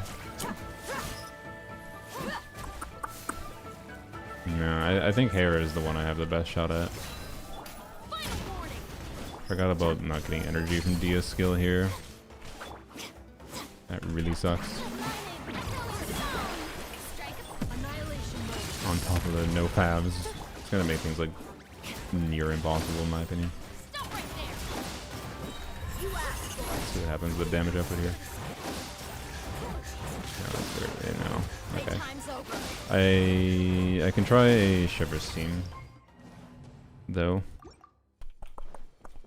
Doesn't surprise me though that that's bad because you can't trigger scaling. You don't get any scaling, vaporize, melt scaling reactions on it.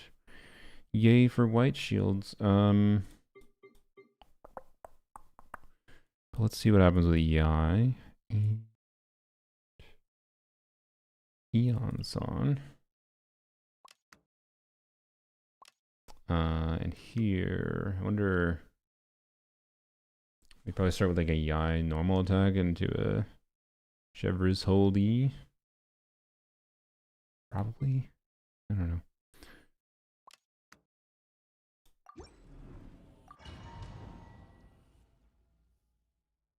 But yeah, feel free to DM me, Osorio. Please appreciate my sincere. Final warning. Please hold for just a moment. I know we didn't get Chevre's attack buff up yet. I'm aware. Crap. Buckle up. Crap. Right now. Ow. Okay, now we have it up. Okay, I wanted Pyro on the enemy. I didn't get Pyro on the enemy. That's annoying. Right here. That's annoying too. Right now. Look alive. Not getting energy is so annoying. Everything's annoying. Everything sucks. Okay, no, I hate this enemy. I don't feel like no, I've decided. I don't like this enemy. Alright. I will work on optimizing Hera. I think Hera might indeed be doable. That was my gut anyways. Hera might be doable, but it's gonna take some weird energy optimizing and mucking around with what the ideal. I still don't know what the ideal Nefer build is for that team technically, but it probably matters more against that enemy than it matters in any other normal form of content. Normally, I would use the Nefer build that I currently have on her and be happy with it, but I might need to. I need to min-max a little bit more. So I don't know. If I use it on a Sans with a mineral or a goblet with just double crit. I mean, if it's an on-site goblet, maybe the goblet, but again, the main way to make use of your rerollers to get guaranteed value is to use on a piece that, you know, has lower rolls than you're going to get guaranteed. Right, using the pity rolls. Otherwise, you're just RNGing it essentially. So, pieces that are like, you know, a 4-line on-set Electro Goblet that's double crit and with ER, right? This piece would be guaranteed to be better essentially, or extremely highly unlikely kind of thing. So there's more nuance to it. Yeah, you can DM me. You tried Cryo Hera with Dia? Oh yeah, I need to try that too. That's true. But anyways, I'm gonna go do some stuff with my friends for a little bit. So. Thanks for watching. We might go find someone to raid on Twitch quick. But bye-bye.